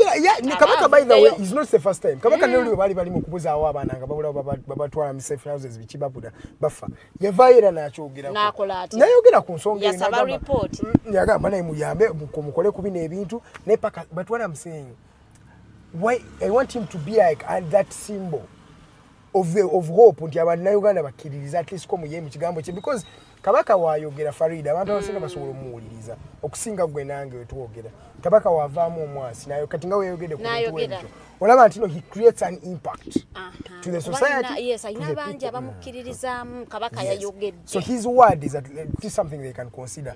But twetaaga ekintu ekyo eddoboozi etaliko beera bibira kyensinga okwagala tebayi bagamba eddoboozi lya kabaka liviirayo mu Katikkiro. Katikkiro Charles Peter Mayiga avuddeyo n'ayogera ku nsonga zino. Of recent, in a show, yabaddeyo prior before the celebrations ku NTV on the spot radio lunaku lwakuna yagambye abantu bamulaba naye mmwe mukaayana nti Buganda ya voting against the government. Yes, kituufu. But have you even found out why you're voting against the government? Nakujja ekifaananyi nakugamba kuva dda Buganda eridinze in social changes in the 1962 bali looking for independence. Buganda was the spearhead with Karuhanga ne Muteesa Kabaka n'afuuka the first president of this country. In the 70s wala bano bamini bagezako mosting and power era Buganda yegatta wamu nije ne balwanisa Amin ne ba Museveni ne bamujjako. Buganda was the spearhead. In the 80s we bali balwanisa Obote, it was the same bantu bamuyita Kawenkene. Omanyi waki bamuyita Kawenkene? Kati onange kusinze ndanyonyola Kawenkene Obote bamuyita Kawenkene. Lwaki? You can look for the meaning of the word Kawenkene. Edgar. So, olaba Buganda with time ebadde reading as ebintu changes in the society, even power changes. Okujja kyanumyo. I don't know why Buganda has not taken power in this country. Baganda. Why hasn't Buganda taken power? Butagala. First of all, they have. But anti statement ebanene nnyo. They have the land. They have the people because Buganda mwe musinga abantu abangi millions zinga 7 zibeera mu Buganda. Abaganda tukkirize balina enkwe tebeeyagaliza bwe bakeera ku maca singa bakeera ku maca ne bakkiriza nti Buganda tufronting omuntu wa presidential candidate fena gwe tuwagira basobola okubeera ne impact naye ojasanga nti balina naye nga omuganda yennyini yakuba munne Abaganda tetweyagaliza omuntu asagamba wakkiriza omunyankola nfuga naye omuganda tanfuga Kyagulanyi wamuyajja one of recent najja nakule najja neyewaayo nga potential candidate. He has the story, he has everything. Musajja ayogedde ku nsonga naye Buganda yamulonda at least. Naye ero osanga nti mulimu abaagaana Abaganda olaba singa badda wamu ne bakkaanya bakuyita kussa kimu ng'enkuyege ne bagamba kati we are fronting this person ne bamuggroominga ne saawa eno singa batandika dde okuteekateeka omuntu waabwe gwe banaleeta 2026 nti kabaka aveeya mamanyi bakabaka oba ba cultural leaders tebabakkiriza kuparticipatinga mu politics. But you see the difference with other regions. We do not expect kabaka wa Buganda asonge ku muntu mbono gwe tuleese ffe. Kuba ye anoonya federal. Toyina ku participating mu muzino politics zeno. Ba cultural leaders bona ekyo kibakugira amateeka gabagana. Amateeka gabagana okuparticipatinga. Naye singa Abaganda beekolamu omulimu bona bamanya nti kali lwaki teteekeza olaba bali bannafa okuva mu bitundu ebyenjawulo naddala mu western region eyo. Omuwestern ajjawo omu wano n'atandika akaduuka ke. I'm giving an example. Ogenda osanga nti amaduuka asatu gonna agamuliraanye same tribe. Nomulala ate gwajja mu kyalo jangu onnyambeko olaba ofiisi zaabwe wabagenda akyakulondera munne agambe Rogers jantukole jantukugamba beeyagaliza okugenda mu maaso kyogamba Buganda tekiriyo ekyo tekiriimu Abaganda tetweyagaliza nti ajja kusanga ne bwabeera neighbor wa artist yakulwanyisa afunewo omunyankole atali wa tribe ye abeere nti ye kale omunyankole tamanyi Luganda nze bano Abaganda nja kusobola okwogera nabo Oluganda otufunze gwe bagenda otegeera kitegeeza bakasitoma bajja wange. It is the problem gye tulina mu Buganda naye singa beeyagaliza bonga bo singa at least balina kye bakutte because they have the numbers. Naye kale era tubadde ekifo kya vice president tukibaddemu ekyo in fact kyafuuka oba kibadde kyafuuka tetuli bubi nnyo kya Buganda wano bali bakifuulawo ekityo tetuli bubi nnyo lwakuba tekirina nnyo impact. There's someone calling. Good morning, welcome to the Mighty Drive. Yes, good morning, team. Farida and Edgar and the rest. Yes. There is no man who's a suspect here. Yes, you just suspect. Ebyo kubaka kokola ni munyangu ya mundeke mukonage dakika ngazi hizo ndeko bisha. Biko binyonyola katono. Kale sewo nyonyole egwanga sewo. Kati nobody put it first of all when with the entire crew. I have keenly followed some of the things muyogerako namwe mutongera bongeze busungu. Yakunonya vaani ya mwenzi njemu omukka. Atawo bate weyisiza bubi. Kati tinadda ku olwo nga namwe ebishaka bibanyumira. Obusungu bwe mukulu nomani bwe tubongedde. Ekisooka kya byonna. Yes sir. I wanted to begin with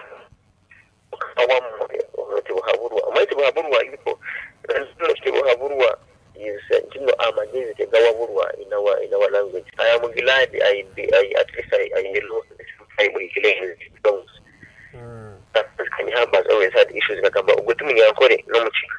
So naye tugendera so tibwabulwa yera bera ngo amagezi tegawabulwa. So basically it is a name that is left to dictate that ye abatayira kuwabulwa amagezi agatugabera abantu balina okugenderako.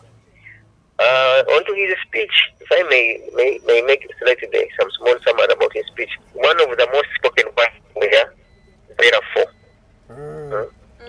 So it's very but he says therefore it is psychological, it is a word that one uses in a very sure. So every when people repeat words in their speech, then you know either they are emphasizing or no way songeyo, then you know on our message. Then, as someone who did research and communication skill, Kati, I was shocked, of course, definitely as usual. When you look at what he was saying with PTA, you get there ngakumuntu bambi yonga alisoba yandi badde yabyogera luli mu lockdown yandi badde like we have always said yandi badde agamba mbatwala mu lockdown yanakwana mu bbiri you get ana mu bbiri tugenda kukola kino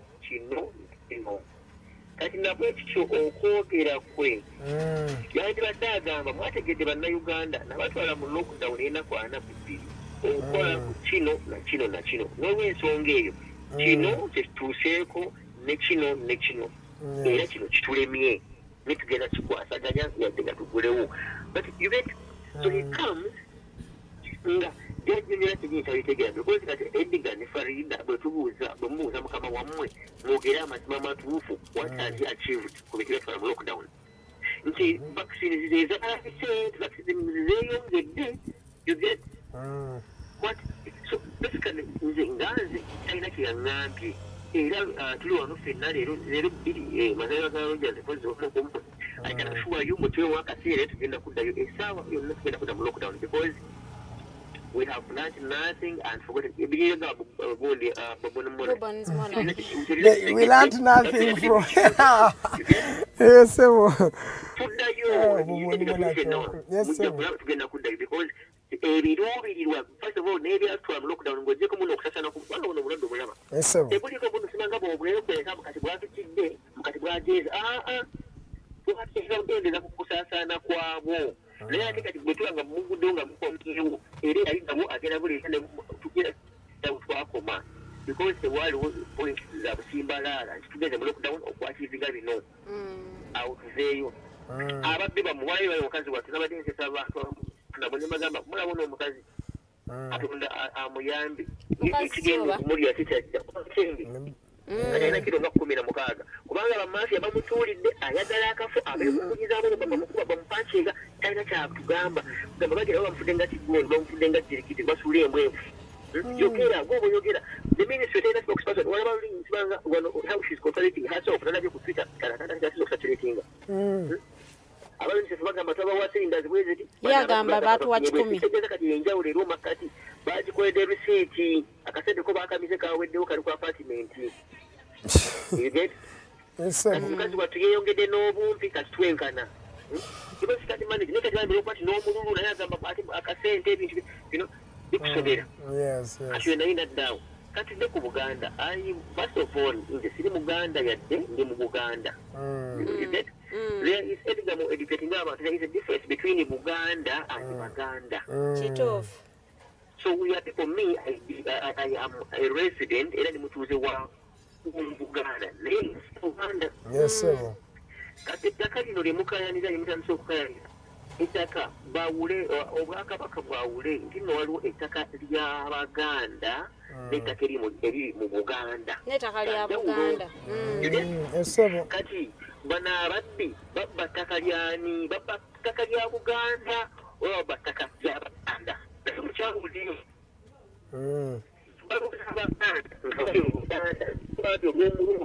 obutategeera bintu bino nga ttaka baliguza abantu abatali Baganda zinga ettaka liri mu Buganda. Then waliwo abantu nga bo balina ettaka mu Buganda nga si Baganda ate nabo ne baliguza abantu abatali Baganda again mu Buganda. Kati ekyo Edgar nze bwe tugenda erwengo mu Buganda nenguza ettaka nga neeyagalidde siraba ngenda kukinenya gavumenti busiru bwange nti gwatikidde ettaka lyammwe erwengo mu Buganda toli Muganda n'oliguza omuntu yenna because abantu bonna balina they have and anywhere mu Uganda mu Buganda ne wabeere gwe lwa Uganda. Kituufu ekyo so katugenda kinenyeza muntu bye kuzettaka mu Buganda oyo olina gwe nga omukulembeze w'ennono mu Buganda azitigire mu disitulikiti abantu bammwe Abaganda n'abasigaye mu Buganda ne babasopula kaya era bwe bakwerwanako mubagambe ekibbattaka ekiruufu ebitibire teri muntu abbattaka nayegenda nalyo mu bbaaga era lwiba olwo ngenda bagamba akalu ka Buganda kadda teri muntu agenda kuyisibwa mu bbaaga agere nabyo. Ekirala Edgar ne Farida nga mukubagana empawaabo namugamba lwaki ettaka lya wano bannange Edgar teyagenda kwagala ettaka lya mu footi yammeka eka yammeka era wano wali entizano wali ekinyusi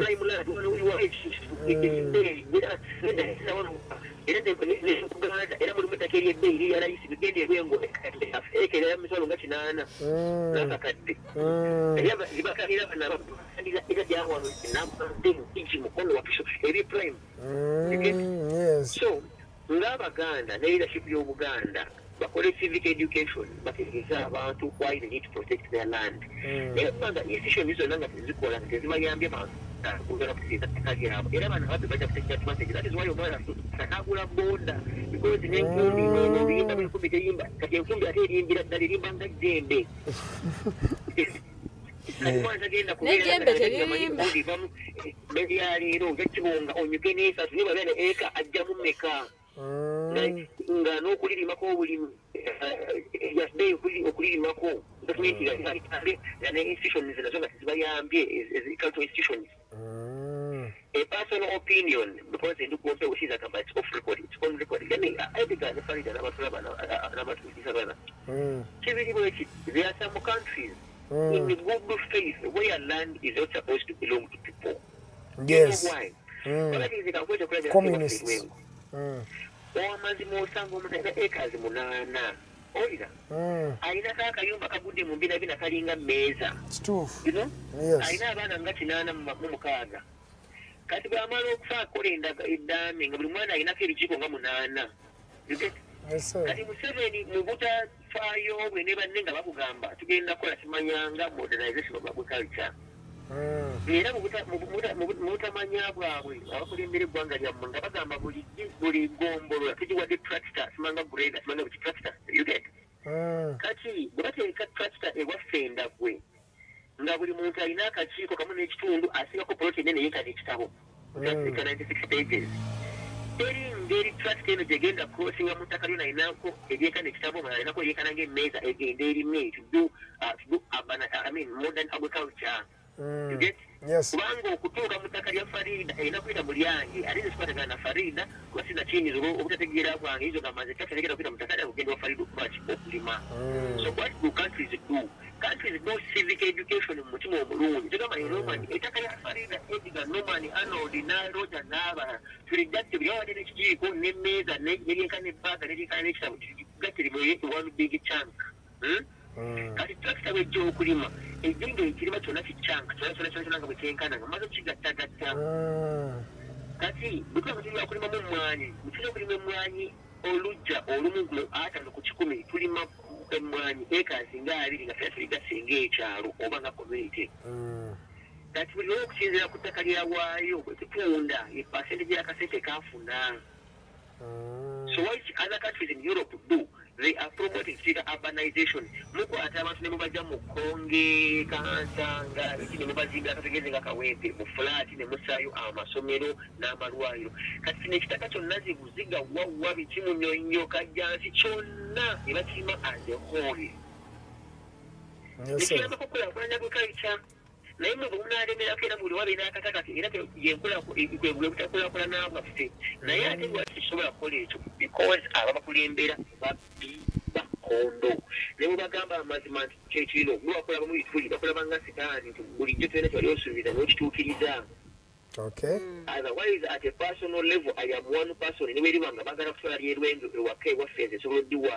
because Muina out of Abanja, look at the case of the genie, can the case of the genie, the Muina collective agriculture and organization, like the Kirin, the Soka, and the other family, Muina singer, the Yabu, the Kipitamaku, and the Sampi. You get our but your leaders have taken an initiative to educate citizens. Telling them kati olaba bataka kutugosoka Edgar kugira mbokrosika ngonde wamu fort I mean plain land big tracts of land temuli kya makumi kya chamanyi kidimu nange usanga akaze isero kakona nejanda ne kali yetoranga enkola kasadi mwe bakafuulwa ninge talikwelesa just be honest kali mutufu nenga ine to bitashobola kukola kujja kulambula wali ogundi gondi omulamula kuira kangere kono kangere nebo muzo kwera ko ki wapi so Lenga kuba n'entondo ezalagirwa. I am not supporting government tola amataka g'abantu. I am supporting the government over institutions. Okay. Buganda yona bagabana ababbi bagenda kubbeka naye exercise abantu baali ne Buganda esobola okuexercise abantu baayo ne bakola modernized agriculture ng'amataka g'ekyalo nga bayitamu beemulukana ekikina abakulembeze ab'ennono abali eyo mu byalo gabeere manene gasobole okulimibwako ekintu ekirungi naye nga tajja kukwata muntu alina compound emu alinako egonja ebitooke bya gonja ebikolwa bya gonja nga mukaaga osanga olina ebikola bya taaba nga 2 ow'omuceere alina enteeka nga 8 nga bw'omaliriza mukulu Norman ng'obyeyi nategedde kale kati ngamba waggulu mukole omulimu gw'okusomesa eggwanga ku birungi ebiri mu kusomesa bannayuganda. It's a philosophical message. You need to communicate the purpose and the importance of communication and doing civic education. Okay. Farida agambye mbwe ejjembe teririmba.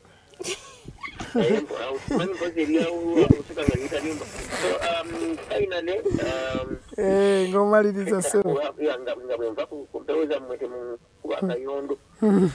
I have seen the countries where there are no elections nga teri biri byakono nabudde nga mwanga bakulakulana so bana babisinga sente zino zebono na mukalulu base kamubite nkwatagana musnakire okubifa ne mubeera ne mukulembeze omu nga temulonda ate kati njawulo eri wakati gwenjawulo eri ogira tewali njawulo ate kati weri tulina na hafu yoyoyo the father and son of the Holy Spirit yoyo. Thank you, Norman. Amina. Mzungu bunji Mr. Norman Tumuhimbize. We're executive director of the national coordinator for the alternative social movement. Yes. Nengo okuddayo ku nsonga ya Buganda. Twawule Buganda.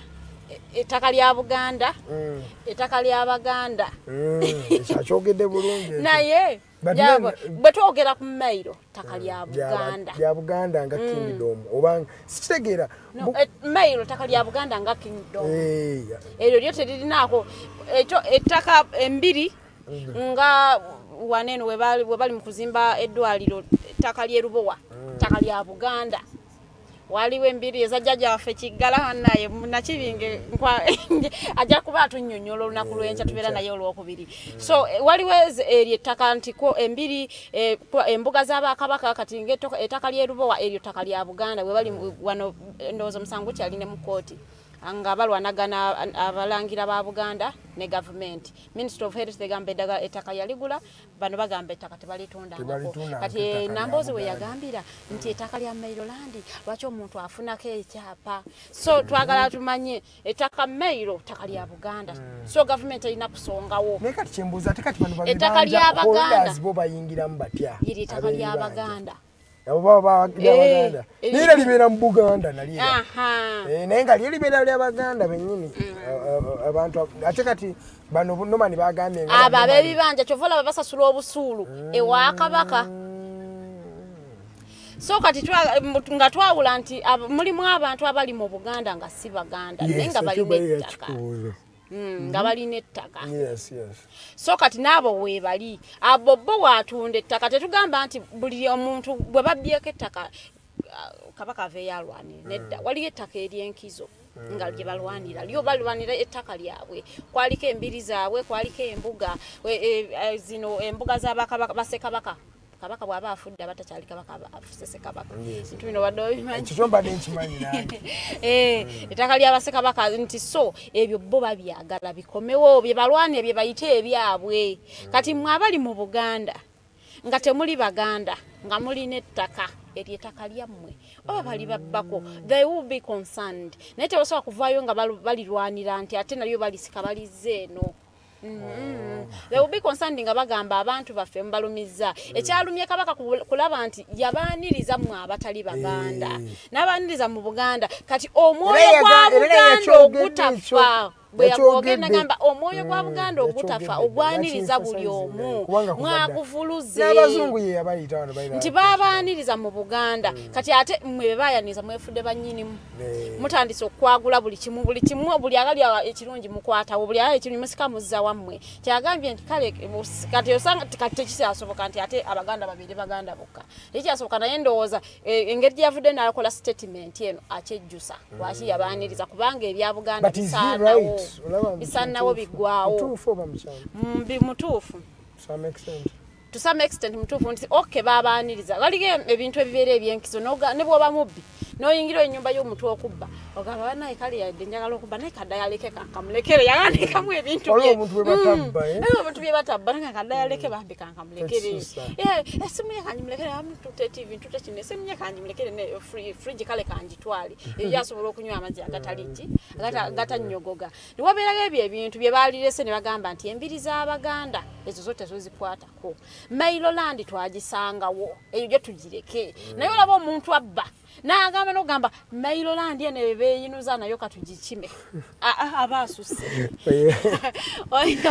naye abaasuse naye nga mukulu Nomani ayogeddeko n'ekyokugamba nti abantu babasengule babazimbire flats eno bakoleyo agriculture olaba ababba ona alimye akakeeka kensawo emu 2 3 kati olwonga balimye chunk of kintu kinene nnyo ekyo tebagenda kubaba what will happen that is the question true I wouldn't want to say I did not support his idea naye nga yo idea yo tesobola kubeera mu Uganda na wali ababbi abayitiridde of course ababbi bayitiridde ojja kusanga nti bagiza abantu bazimbira gye bazimbide bafenjala nga bagwa obwavu buyitirire bamafia basingo bamafias mwabangamba ntulina deep state mu Uganda abo deep state efuga Uganda basingo beera no mu land conflict awobola be basingo beera mu land conflict ezo bwezi be basingo zibeera mu boli asmaya victims abantu ne babajja kutaka lyabwe abo be basingo okubitambuza ebyo mafiaism eri kuwakisa eri ku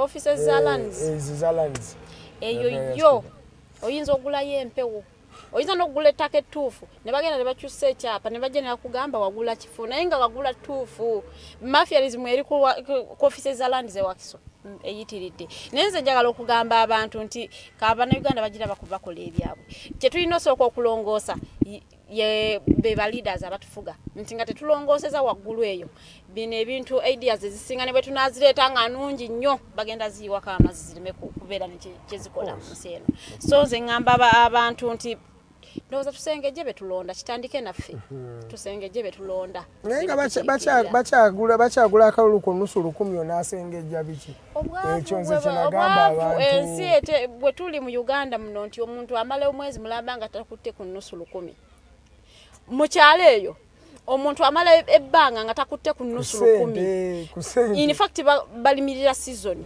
nti bwamala okukungula natuka mu kaseera k'okusiga eyo period gyalinda ebintu bye bikule bituuke abatalinamu osanga omuntu nti agenda ku makya n'akeera n'agenda n'asaba omunnyo omuntu wasabira omunnyo abatayinamu kati gwe bw'ova eri n'olukumirwo ng'ojesiti oyagala akutiikinge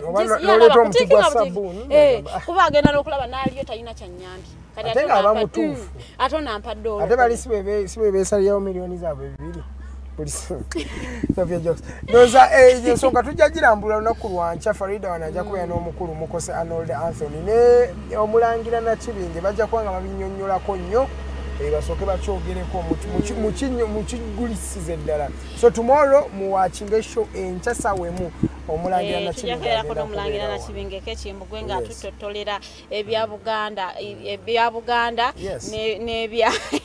n'ebyabaganda n'ettaka ne 28th celebration eya matikira ga Kabaka. Ndoza kati tugendeko mu nsonga ya UNICEF okugamba yavudde negamba nti bagaba for 500 gas cylinders nga bajiwa Ministry of Health. Dr. Aching nagamba nedda we received 100.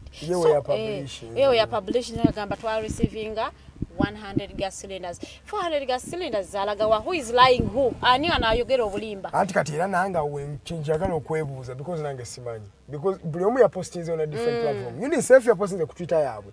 Nga balaga bawayo cylinders ezo. Then ate yo bano nga bo bakakasa ate bafuna cylinder 10 Dr. James Musa Chen. Minister wa wa health. Yeah, posting ngalaga ba receiving 10. So who's lying to who? That is a question we also have to ask ourselves because they took a consensus. So I'm not going to stand here. UNICEF yali bakuita kwesoma. Twabagala bana Uganda babasanyukireko babebaze naye nga cylinders zino. Lwaki yajjawo obuvumu obugamba nti bagaba 500 nga bagaba 100. Nekati amazima nange kambuuze kati ye minister abayajjawo obuvumu obugamba muziri 10 nga ziri bina babita. Oyo asobola okuba n'obuvumu lwa nsonga teri agenda mukolako research. N'ekiteeka ku mukutu omutimbagano ine kuzino gino emitimbagano gye twaleeta gino gye baleetuleetera gino.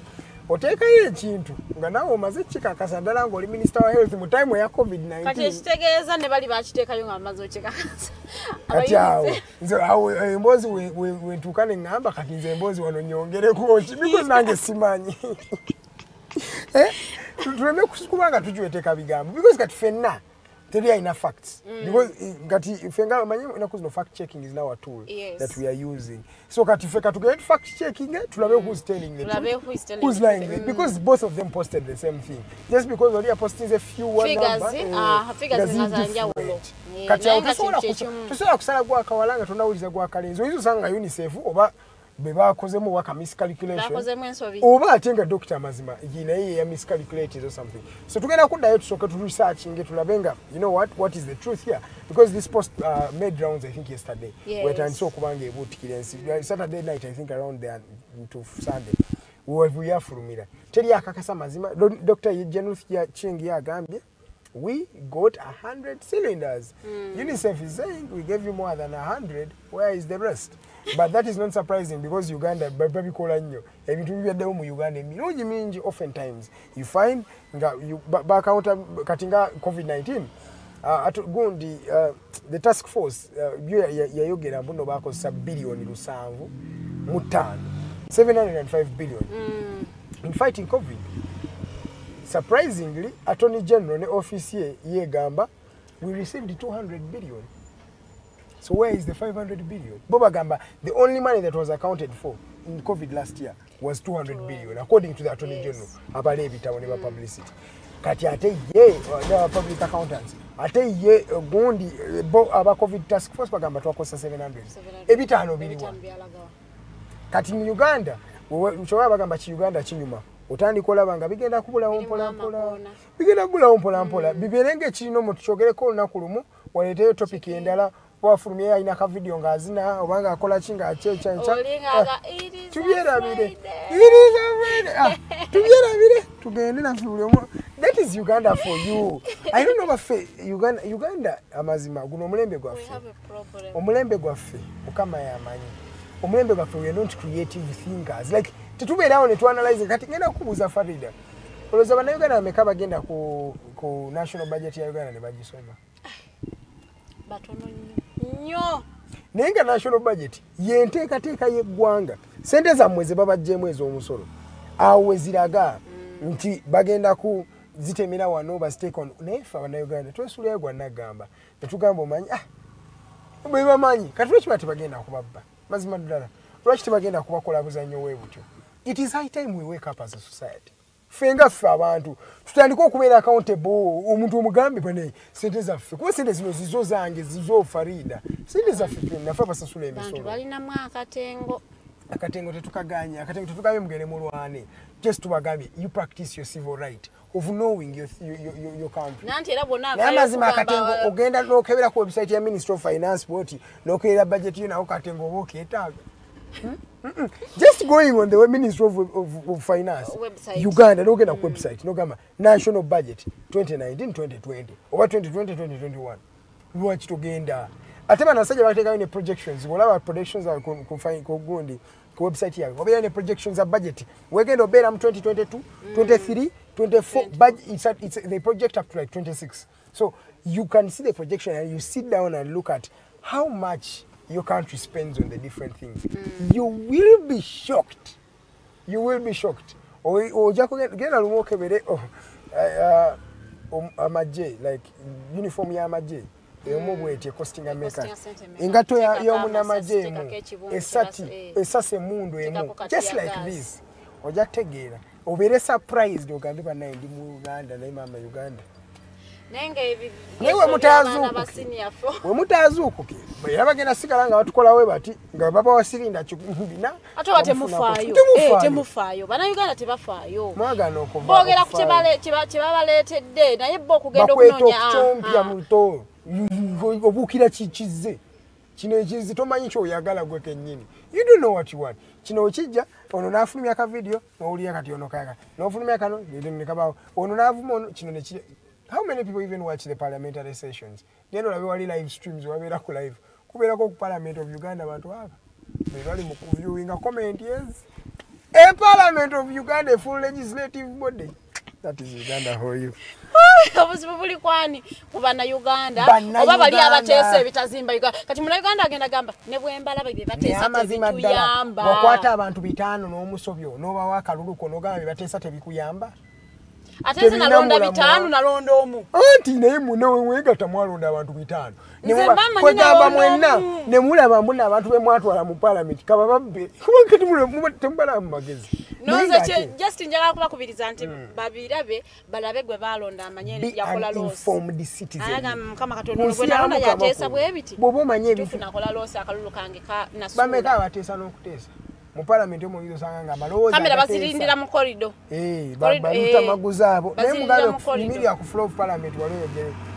nze nkwete basuka babaka aga ababeera ku parliament actively ngamba kati mbumaka agenda kujja ayogera kujja kati kine kisanja kyo kinengeje kizemu ne charisma owenjawulo ate nje twagala by the in that note I would like to even thank Mr. Segirinya Mohammed nti omwami ono alaze bana Uganda ekintu kyetubadde tetulabangako in a while he's a servant leader olaba aweereza abantu be mukatonda kubabaka I really want to appreciate what he is doing naye ate njagala okugamba nti kyakola sibuvunanyizibwa yes ali mu kuwuddisa it is very true no kati omanyi wakisigenda kuyita kuwuddisa lwasonga kati kankubulire ona alinda Farida bona alinda government ereetera abantu bo wano ebintu byogenda mu parliament n'otebolinga egenda ebireete ogenda kutuuka mu kisanja ky'ekiranga tebakyasobola na kuwa kalulu walinda ereete emmere bameka abagifuna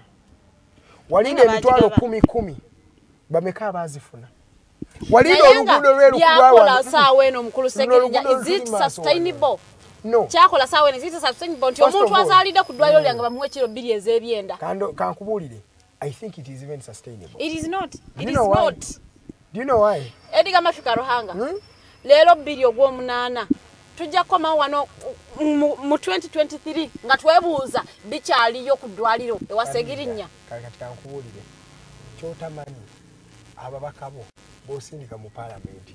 Owulira ekigambo kye bagamba mbu byakola birungi naye ogwo mulimu sigwa MP.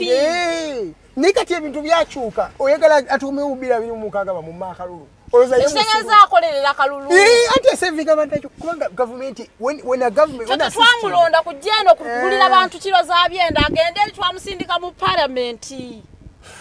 Jetisi tiramulondera naye. Tetwamulondera kujja nokulya abazadde kirolizi za byenda. Kati bali abagenze mu parliament kibaletedde bannayuganda. Tubalindidde eri. Seno. Bye tubasuubira mu si byebyo. Kati tetulabe mbu ofunye ate ofunye okubya ebinyonyi bibiri. Si ate ebinyonyi bibiri namulabyeko eri. Nawoze byesinalaba eri gyali ne wono waali. Kati gwani gwoyagala ndida kankubuze Farida wabagwe. Gwani gwoyagala. Bwoyagala oli ali eri mu parliament ayogerera eri ng'ono agabira wano. Ovunde we wajulira ogenda we basaanikira. Laba nono leka naawe. Segirinya. Him kakuli right now. Wanaalinda resources otuuka ku bantu be. Tebagenda kumuwulira. Era akalo tebajja kamwongera. This is politics. Ate kankuli Farida kyotamanyi kati ngenda ku surprising. Ababaka bo bafuna sente. Bazifuna zo kito. Sizine eza salaries engamba ne allowances. You don't know the money that comes with those people. Katira milioni 2 ebimotoka. Obuza yeyo kati bakamwa. Atagamba babadde milioni 2 ngage muntu agenda gulako motoka ya milioni 3. Okitegeera. 17 babazigaliza. Nenga nutu yatulindyemuko. Ono mwami ono Ibrahim Semujunganda yaliko n'ensereko ku sport. Kuna sport. That was I think 2 years ago. Bali bogera namugamba bali zente zasokeze motoka parliament eri ya 10th. Yolo sente zebayise motoka. By then bayisa milioni 10 ndoza. Bazo bayisa 15 I think. Segirinya gundi sereko katinga semjaga me sente tugenda ziza epichi tunazikiriza. Nsereko namugamba one twagamba sente za madagala ezasimanyiza healthy ngawa waliyo zeganisa tewazifuna. Otwayogera kuzino yayogera ku sente. Bana Uganda zebatanti bamanyi bino stambula ne mu parliament. Sente za healthy, sima sente za madagala, sima sente za masuti. Nga munyina Uganda tamanyi na kumanya. Nti bulijjo ababaka bamuwa milioni 2 ga masuti buli mwaka. Ng'omuna Uganda takimanyi na kimanya ekyo. Nti waliwo sente zitambula mu parliament omwo zootalabako. Naye nga zo ziri omwo zikola ki? Zitambula. Those gentlemen get man. Nozachwe batuka parliament bagejera amatama. Buza gundi kasiba Antone yavayo walubaga. Ante emirimu gye bakola sijja akakalukana. Tula akasente ka. Those people get a lot of money. Era we nkwata a leader like Segirinya who says omanyi mfuna nyingi. Naye yes. Kansoke nange nzigireko ku bantu bange nange mbaddize. Mbagulye oloza kati sente zaguze ebyo ebyuma azijjawa. Zi MRI scan yaziguze dda simanya zichizi most of those things. Edwali liro yalitandise deri akawempe North Hospital je lidi operation atademu equipment oloza center azijjawa bazirina era Cheginya wagamba katemereka abantu bewe abaweko kasente atisika abaweko akakiro kyebyenda abira mutufu kaka bawe wanga chesimanye byenda ogenda kubucho basavingira kudwayo wenyi kinga unakwata akanako no bango ofunya wano kuchokule nawe noga mumanyi akana kange nako kankaweko okitegera like it does not need for him to just stand there in parliament and kokoga you know well, no just needs him to be that kind of person who can say you know what kwatako nawo olyeko kumanga kati tulina kula naffe nanga abantu omukulu Muhammad Nsereko jo yabadde ku live nga yogera ebimu ku bintu naye nga obudde bangoba producer ali mukungoba tujjako mawo tubyogereko lunaku olulala naye nga yabadde n'ensonga zezabadde anokolayo nga azogerako naye nga bannayuganda kabaka yabakubiriza bannange mwambale masiki mwewale akawuka ka corona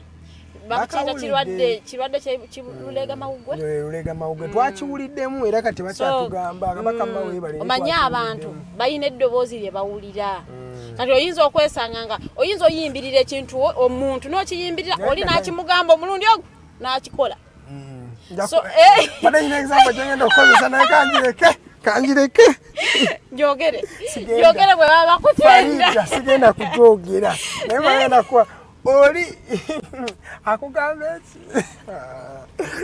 tumalirize show ya bonako okuja kabana bambi abana tubogedeko manyi obudde buba butunda naye emiramu egiba mingi so kati nze n'amawulire gano gemba waddeko mawulire sneak peek amawulire mangi togende na ku Black Monday leero kigamba wala yadala mbulusi today tushine programming nyingi ze tugendo later we are bringing you more shows so keep it locked on the Alternative Uganda fetwa gamba we are an online media platform we are changing the narrative of Uganda we are giving people platforms unheard voices and by the way you don't have to pay anything abantu baloza mbu okuja mu studio wano inokusasula no you don't even actually have to pay anything yeah you don't as long as you feel you are a suppressed voice, you come at the Alternative Dig Talk, we are giving you a platform.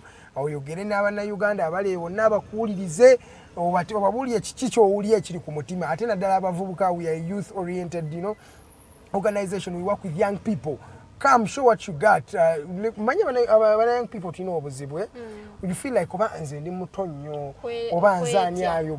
take it is high time you amplify your voice. Your voice matters. And was that person who be shy and don't want to speak. But right now I actually have to speak because I know my life is too short. It is high time to show your world the potential you got. Because since I believe in you, abavubuka banje abali eyabandaba mumanye ebintu bingi oyinza okuba oli muyimbi, you can be an actor, you are a writer. All of you have voices in your own categories. So make sure you amplify your voice, maximize yourself until tuko kufa gabagamba at least go. We felt Edgar, we felt Farida. They can feel you as well. Speak up. Life is too short. Janku alternative TikTok one way to we can give you a platform. Bavubuka mwena unheard voices mwe bagamba simanya tufete batukiza ku TV zino bichi. This is the reason why we are here and we are an online platform. So tutambya mu mulembe mutebi gwa bavubuka na mulembe gwa kusereza eno bagita sereza smartphone.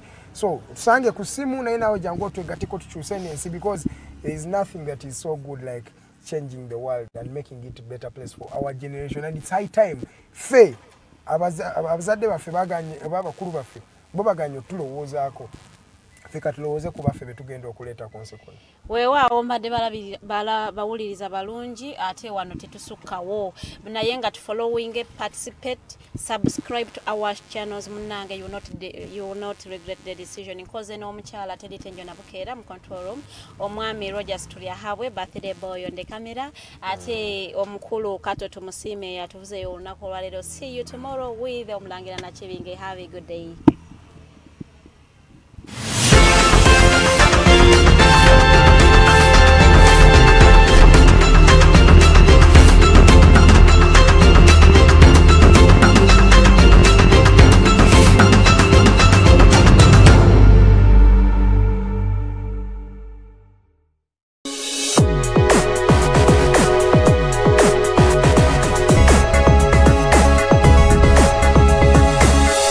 Alternative Dig Talk. Real issues, real talk.